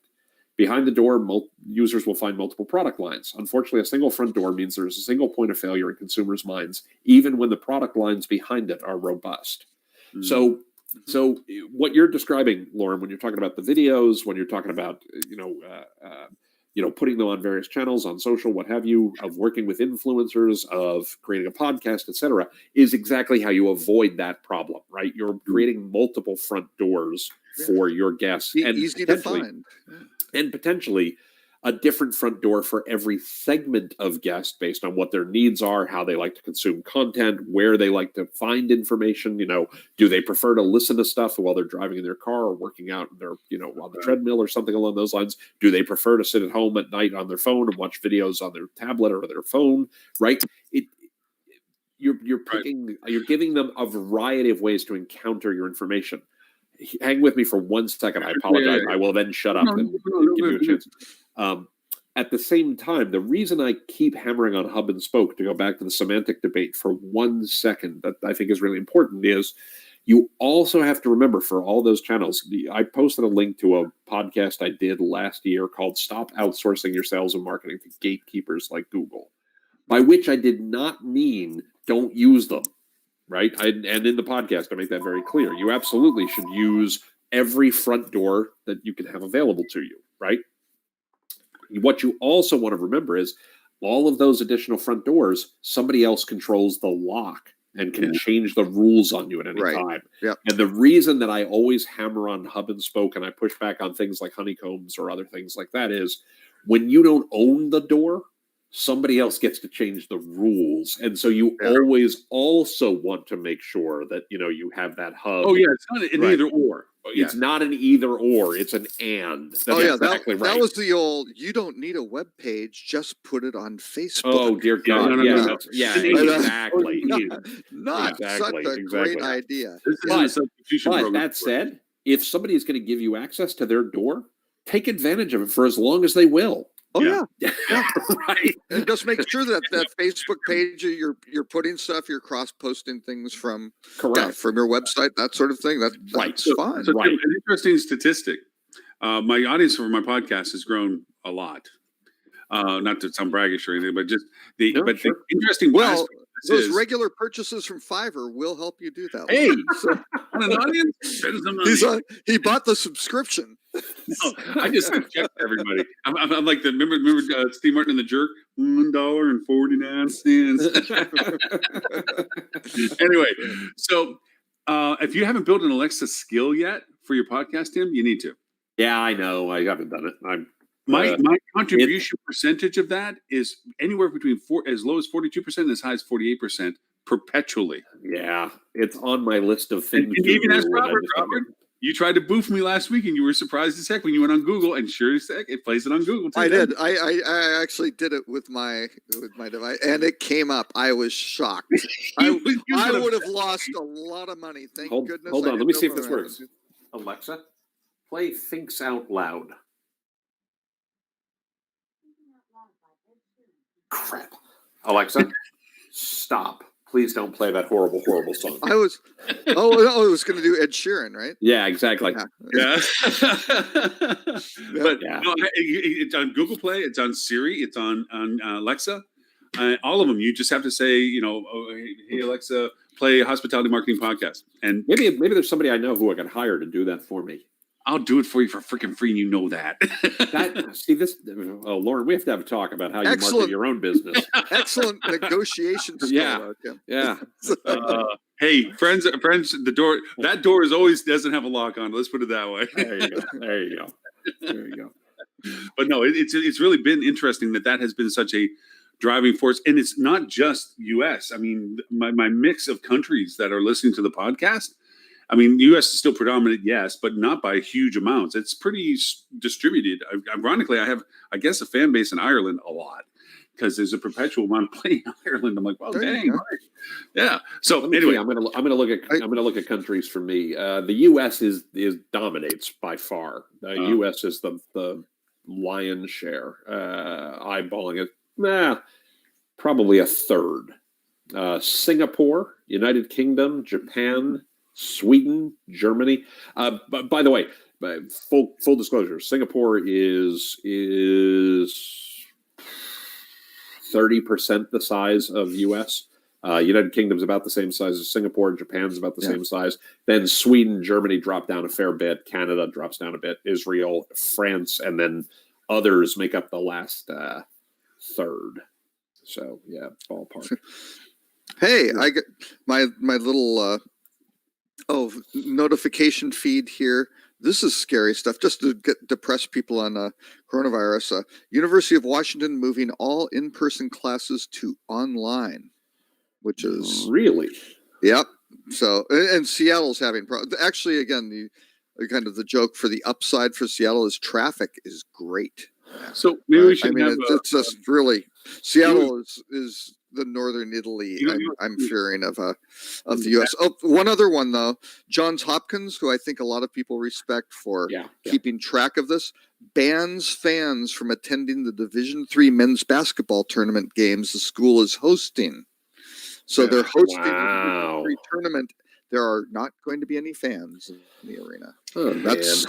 I have to say, you know how people back in the old school of marketing, where you always had people that were the authority on types of purchases. Like you had a friend that always was geeky about electronics or geeky about cars or whatever. Yeah. And when you're going to buy something like that, you go, "Hey, Bob, you know all about cars. What car should I buy?" Well, I feel like I've turned into Geek Man Broadcaster this past week. I've fielded more questions on how to broadcast, how to simulcast, what equipment to use to do any of that than I had in months of me running around going, "Hey, y'all should do this," and then nobody's talking to me. Now everybody wants to talk to me about it. I'm like, "Alrighty then." Well, because you got to figure, and I think of this, what's this going to do to high tech? As you ask about where is the tipping point for our industry to make it a okay year, a bad year, or whatever. There's going to be tipping point decisions for conferences too. You're talking about people all coming to San Antonio. And it's going to be a big conference, as it always is. You got Rock right behind it with and that's in June. Yeah. So, okay, where is the tipping point where people are just going to say, "Yeah, not this year"? Well, actually, I'm an executive advisor to HTNG, right? And so they have their HT Next conference, which certainly isn't anywhere as large as High Tech. And High Tech did cancel on HTNG. They canceled High Tech Europe, right? They pulled the plug on it completely, which made a lot of sense.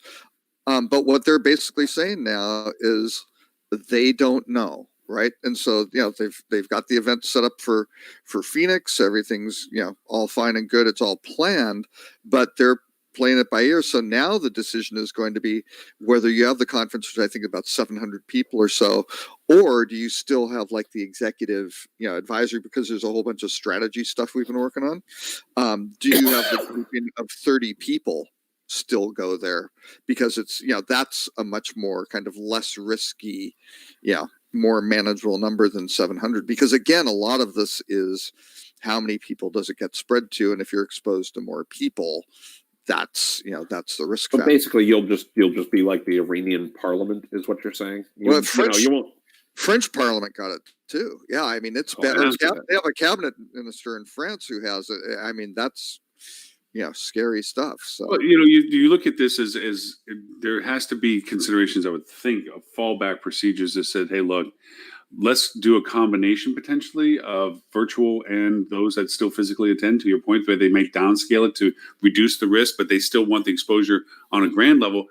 Remember when online summits or conferences first tried to be launched, and people had these little virtual avatars floating around, Second World and all this other stuff, and it just never caught, obviously. Yeah.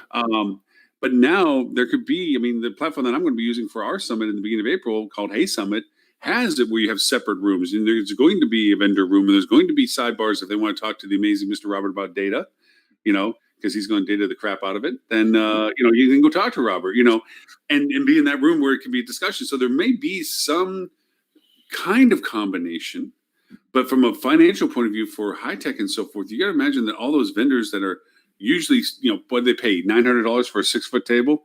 In 2000, it's a lot more than that, I think. Yeah, right. Now it's going to be like, well, maybe not. And then you have again Rock, which relies upon the attendance pull of high tech. Yep. How's that going to look? And do you give some semblance? When I was at Navigate this past week, then I was in San Antonio. Most of my discussion with them was, I asked them, I was like, why aren't you recording all the sessions? Oh, it's financially, AV is expensive, so forth and so on. And I showed them my Mevo camera, which is 2 inches tall. I'm like, dude, put this on a monostick like I just showed you here, stick it in the room, and boom, it's fully recorded. It's a little TV studio. And you can go live broadcast if you want to, but at least it gets recorded. Right. Pump it and plug it into your AV box over there. And then I get a kick out of it. So here's a room that maybe holds, 80 people. And they had, and Tim, you'll appreciate this, they had, I think, a 64 pot mix board in the room. Oh, yeah. It was a studio, but I mean, it was this big. And I'm like, and they had one speaker, and we were only running 2 labs. And it was this mass, and they paid for that, obviously, know? Sure, of course. Yep. But that's what the issue. But just broadcasting, I think, is going to change. I think our methodology of communication is going to change, even if on the short-term sense, it's going to change. I mean, no, undoubtedly on the longer term as well. I mean, if you think about the fact that there are people who have a career for real, or maybe I shouldn't say a career, a job anyway, on YouTube, on Twitch, on TikTok, right? Yeah. Instagram. I mean, Instagram influencers. I'll tell you. Do you know who King Princess is? Yes. No. Okay, so Robert does. Lauren, you don't. It's okay. She's a pop star. She's a pop artist. Okay. Pop artist, and 60 Minutes did a profile of her. And I believe she uses the female pronoun, so I apologize if I'm being inappropriate. She may go by them, but nonetheless, 60 Minutes did a profile of them. Last fall at some point, and talked about how she was going to be the breakout new star. Okay, she was going to be huge, and I mentioned it to my daughter in passing because I thought it was funny. I was like, 60 Minutes says she's going to be the breakout new star, right?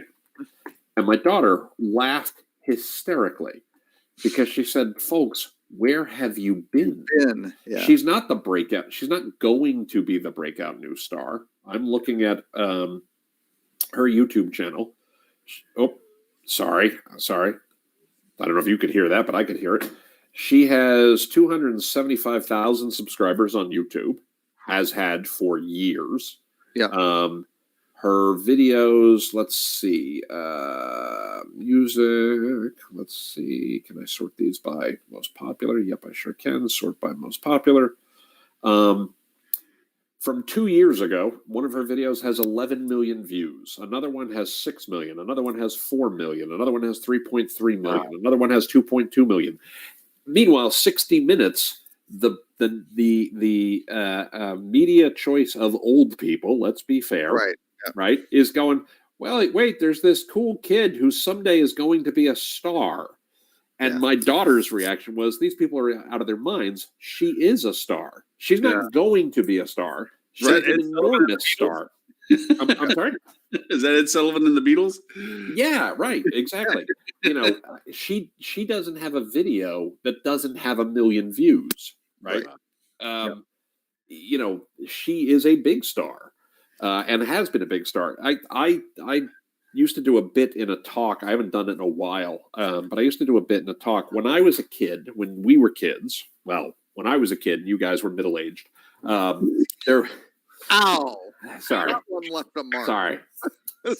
So the last year that I used to know these numbers for, this was like 2011 or 2012, and I apologize. It's starting to get late, and I'm gonna have to go in a minute. But I'll try to tell this quick. The last year that I knew numbers for off the top of my head was like 2012 or 2013 or somewhere in there.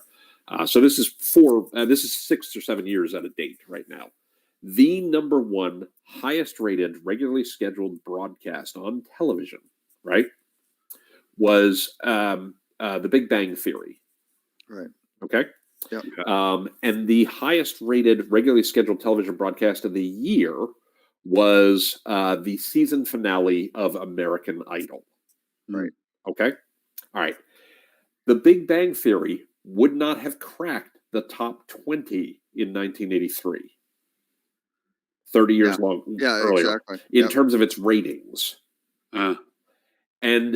and American Idol, the season finale of American Idol, would have just barely cracked the top 10. It actually had lower ratings than what an episode of The Cosby Show got on a typical Thursday night in 1983. Yeah. Right? Yeah. Media fragmentation has been going on for it has been going on for 10 years or more. And, as marketers, our job, when we work with our hotels and as hotels are doing this, is to say, what are the channels that matter to your guests? What are the channels where your guests are? And how do we get in front of them in those places, right? What are the front doors you want to be in? Because it's not a commercial on 60 Minutes. It might be if your guests are, I'm not being funny about this, I'm not trying to be snarky. It might be if your guests are, 55 to 64 and, watch television.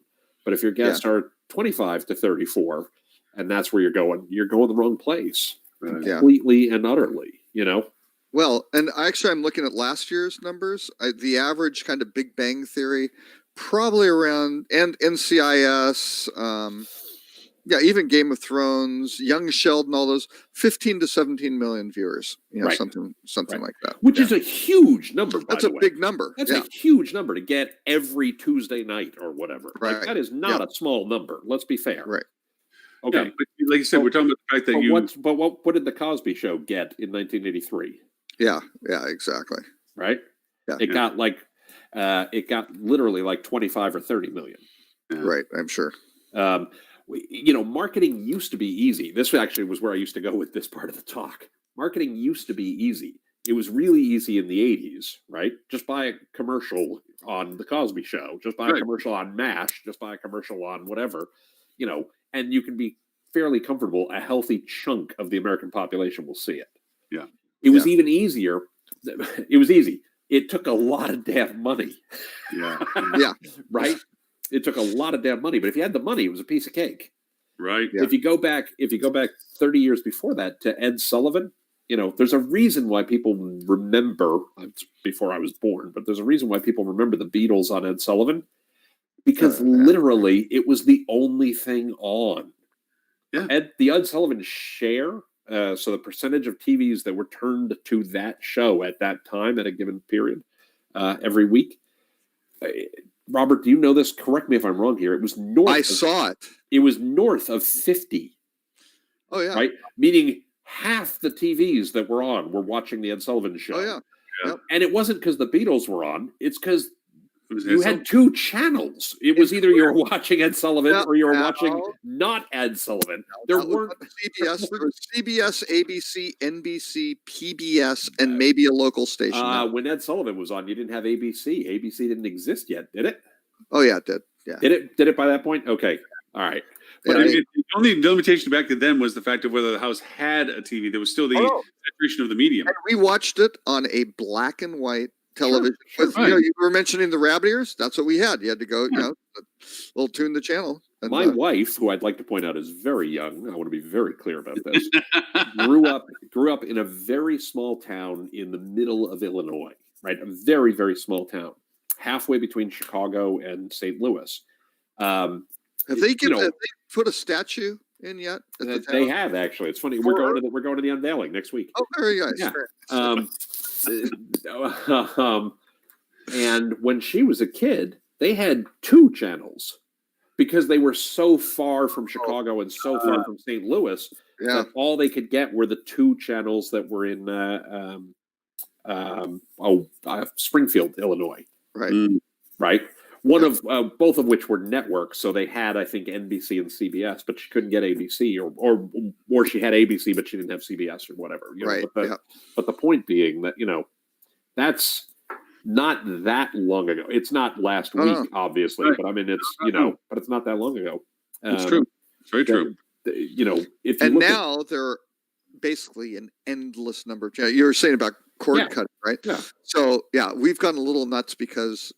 Don't tell Amazon and Hulu, but I've subscribed to everything because my family, my daughters, everybody's on the same account. So we've got I've got a Roku, right? I'm hooked up to Sling, right, which gives me a bunch of stuff.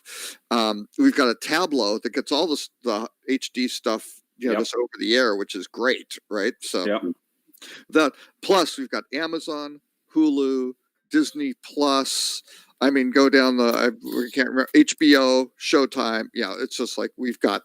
But now they're remonetizing it by fragmenting what you can get on different channels. Well, yeah. And Oh, that's a Sling. Sling did that. I actually don't have, even with Disney Plus, all I got was ESPN Plus. So you don't get live sports on ESPN unless I move to like a $45, or I can't remember. Yeah, $45 instead of $20. But Yeah. I have Hulu because they're putting on stuff on Hulu now that they didn't have on something else. I have it's CBS Access because of stuff, Right. and you want certain shows you want to follow, and you watch them because of that reason. And yes, it is the same. But all these channels, the point from a marketing perspective is all of these channels have to be fed, Right. and you have the chance to now really target geographically where you didn't before. The early stages, the only ones that could really get geographic targeting were Fox. Yeah. And now I can get geographic targeting pretty much on most stuff. Right. Yeah. I can hit a market and feeder markets much more effectively and less waste in other areas. I still have waste because it still includes places I don't really care because of their footprints that they sell. But I can really get pretty close to pinpointing the places that I want to feed my message to. And putting video together is not really super hard. Yeah. Just knowing what you need to put it so that it actually is effective. We've watched enough commercials in our life to know what works, doesn't work. You just have to translate to what resources you have for what you're selling and communicate that. Well, and the changes, I mean, late night TV, Johnny Carson, that sort of thing used to be, that was a sort of a key thing. That has now been so broken apart. I listened to a thing with Conan O'Brien. Fascinating what he's done, right? He went from a 1 hour show down to a 30-minute show because he figured out nobody really wants to watch the other, that's right. That's right. 3, right? Right. So he does his monologue. He knows people like that.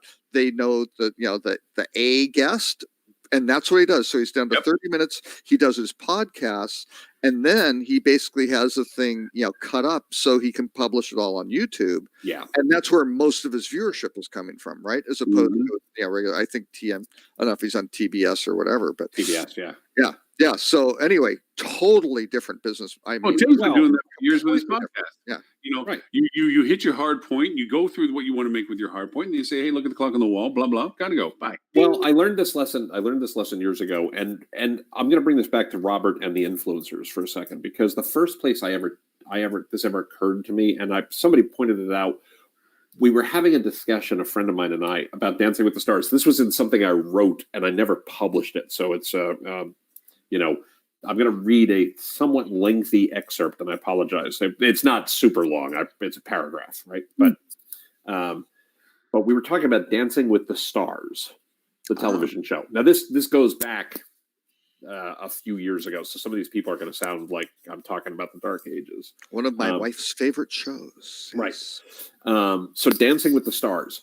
And my friend was talking about the fact that nobody's ever heard of these people. And I was like, that's weird that they're putting these people on, they're not stars. Nobody's ever heard of them. And I'm like, right.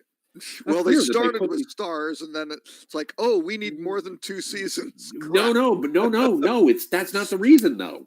That's not the reason. Oh, okay. Here's the reason, right? Dancing with the stars themselves reflect the reality of today's audience. It's broad fragmentation. When Bill Cosby, Tom Selleck, or Joan Collins appeared on TV 30 years ago, by the way, if I wrote it today, clearly Bill Cosby wouldn't be somebody I would reference, but you get my point, right? Yeah, exactly. When Bill Cosby, Tom Selleck, or Joan Collins appeared on TV 30 years ago, most of the country knew their faces and names. But Corbin Bleu, Nicole Snooki Polizzi, Bill Engvall, and Bill Nye, with no disrespect intended to any, not one has ever appeared as a featured performer on a network television series or in a Hollywood film. Their fame comes from attracting a niche audience. In fact, only 4 of the 16 contestants in the most recent season met that criteria. 5 if you count former NFL standout Keyshawn Johnson. But niche doesn't mean unimportant. Each of these stars is quite famous among their fans, attracting fiercely loyal fan bases. Yeah. Bill Engvall has captured more than 650,000 Facebook likes and 111,000 Twitter followers. Corbin Blue has over 1 million people following his Twitter feed, 90,000 plus Instagram followers, and almost 500,000 likes on Facebook. Huh. Bill Nye has over 1.25 million Twitter followers and 2.5 million Facebook likes, plus another 68,000 followers on Instagram.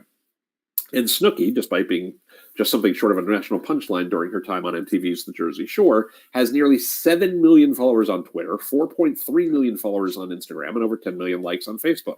Yeah. How many brands can say the same thing? Certainly not NFL star and ESPN television personality Keyshawn Johnson, nor most of his 20,000 followers. Yeah. If you're looking to partner with a celebrity to promote your product, who among these performers represents your best option?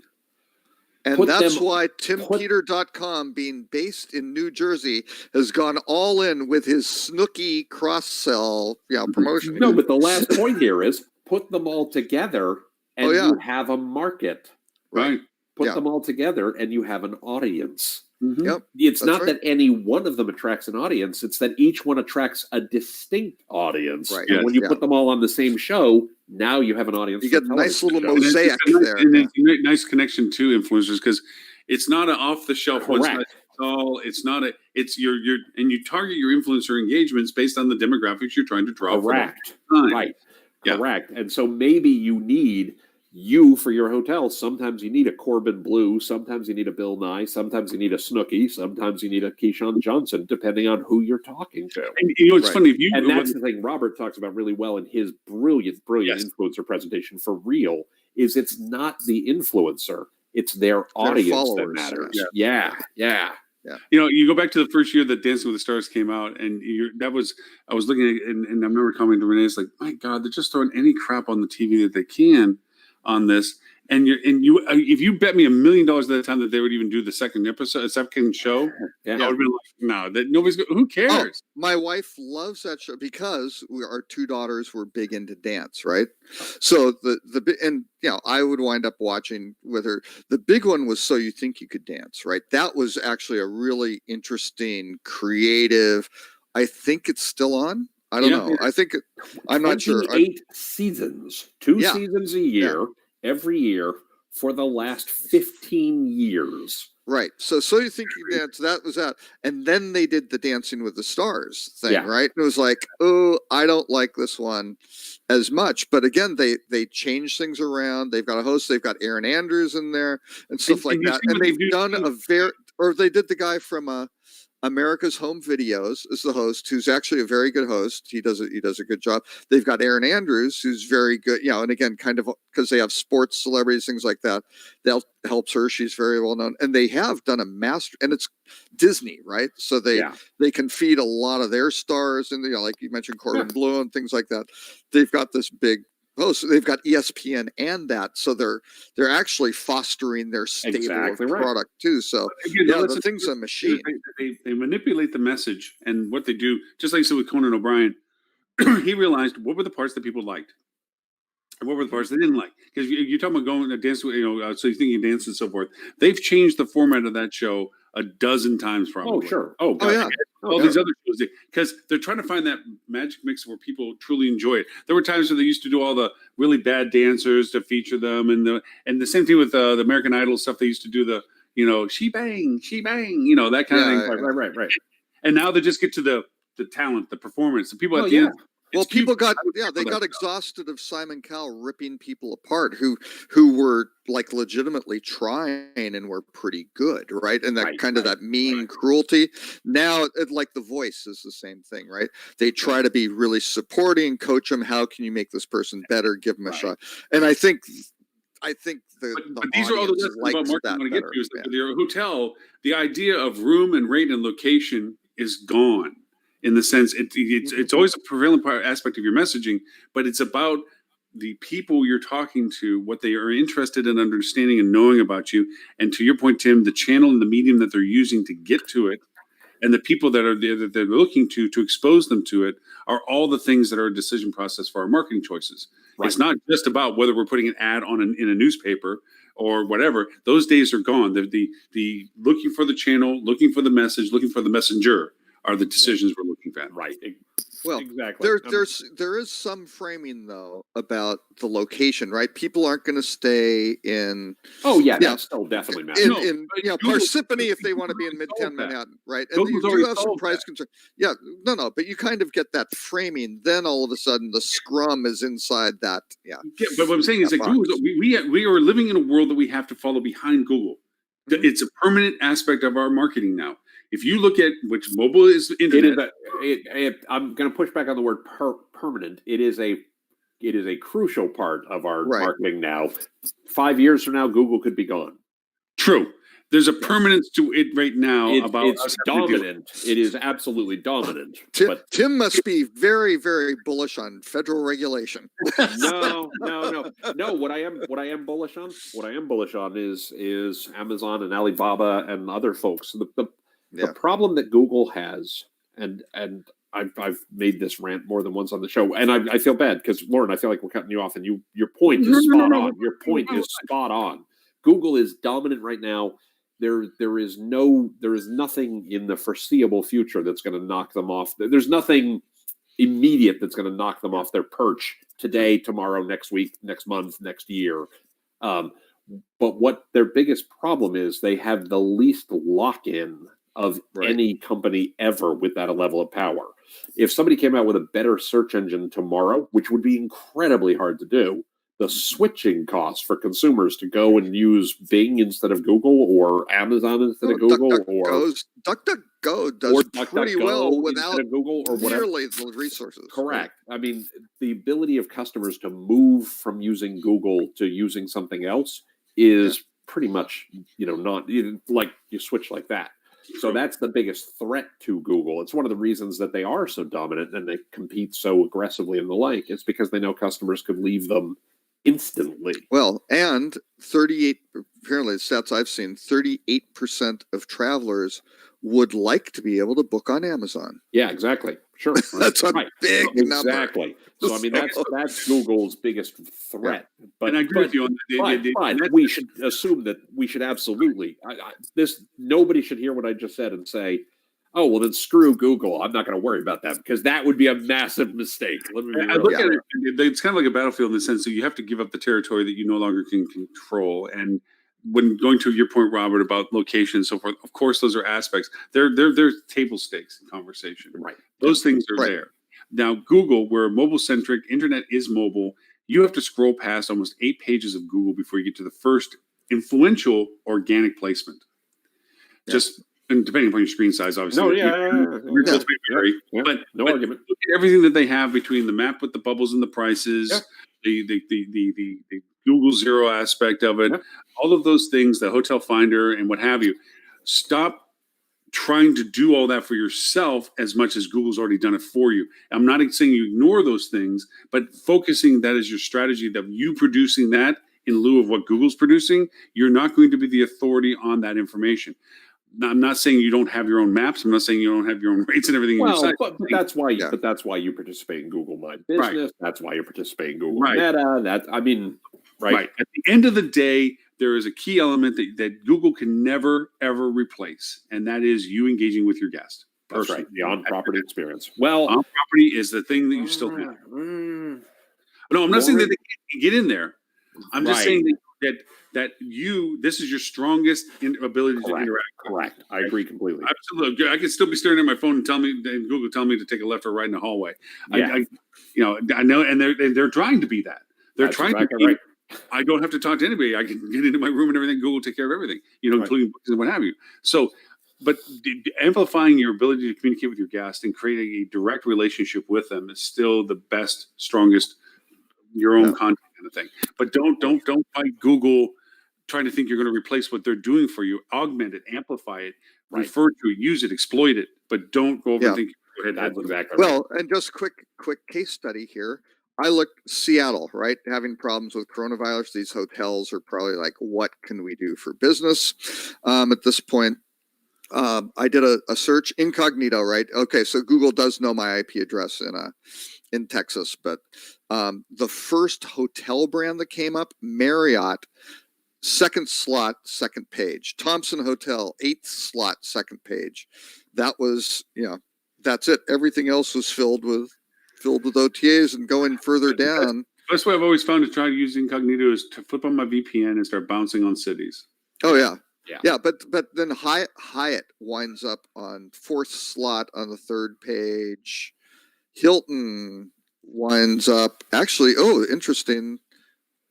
Is that? Oh, that's an individual Hilton hotel. That's actually very odd. Yeah, they start popping up on the 3rd page. Hilton. You got the IHG, which happens to be. Individual Staybridge Suites, which is interesting. Yeah, Robert, since we did not even tackle your list today, and you had some really excellent articles in, I want to remind everyone. Oh, it will and be there in the was show one. notes.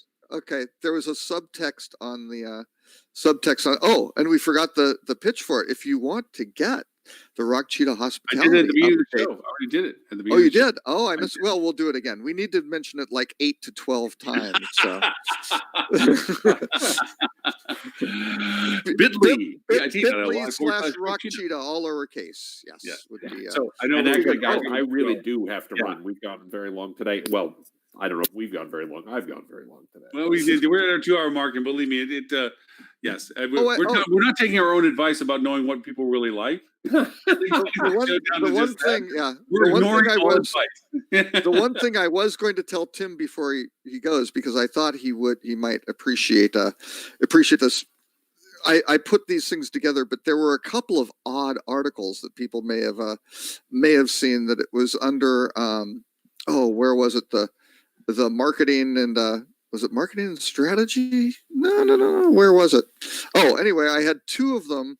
One was what to do if you're a startup, because if the hotel industry collapses and everybody's out doing their own startup, that would be a really good resource to look at what you have to do to put things together. And then the second one were the top AI companies. So if you want to be in a hot sector, it's AI. So I put those 2 articles in there to help the industry if things get really bad. So Tim, 2 things. One is on a sidebar. Please let me know when you would like to talk about setting up the skill on Alexa. I'll be more than happy to. I appreciate that. With you. I genuinely appreciate that. That's very kind of you, Lauren. No, I'm happy to do it. I would love to see people really realize how well your excellent podcast that you have, and if it makes it easier for them to find it, then I am very happy for it.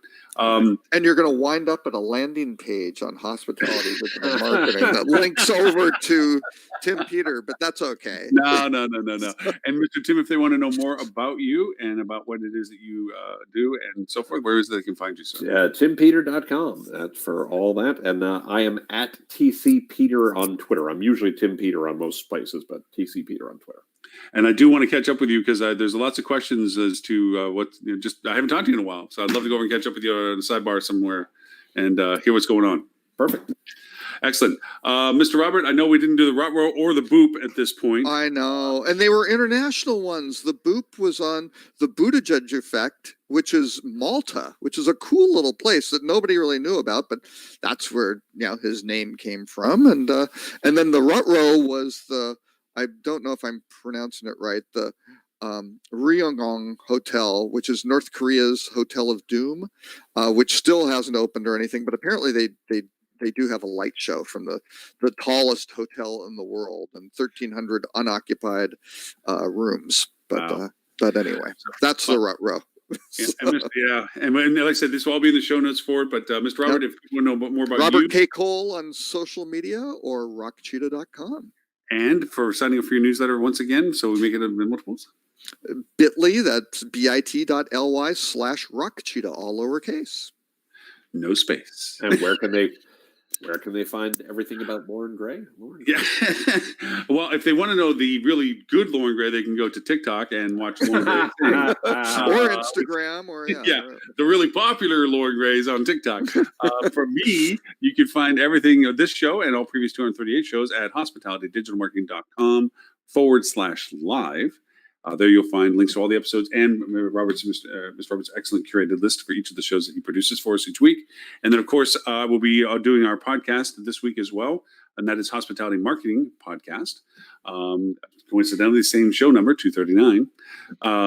And that is going to be this afternoon. It'll come out, and that's between 20 to 30 minutes long. And so far, I've kept my promise. I've kept it under 30 for all of them so far, which is, for me, as people know, quite stellar of an event. So This and is we are a launching timer a- that cuts off the feed at 30 minutes. and for I that get to program. announce two things. One is we're doing our marketing summit on how to market in a down declining demand economy, and that's at the beginning of April. And the second is we're launching a new podcast with help of Lily Mockerman called Hospitality Revenue Management.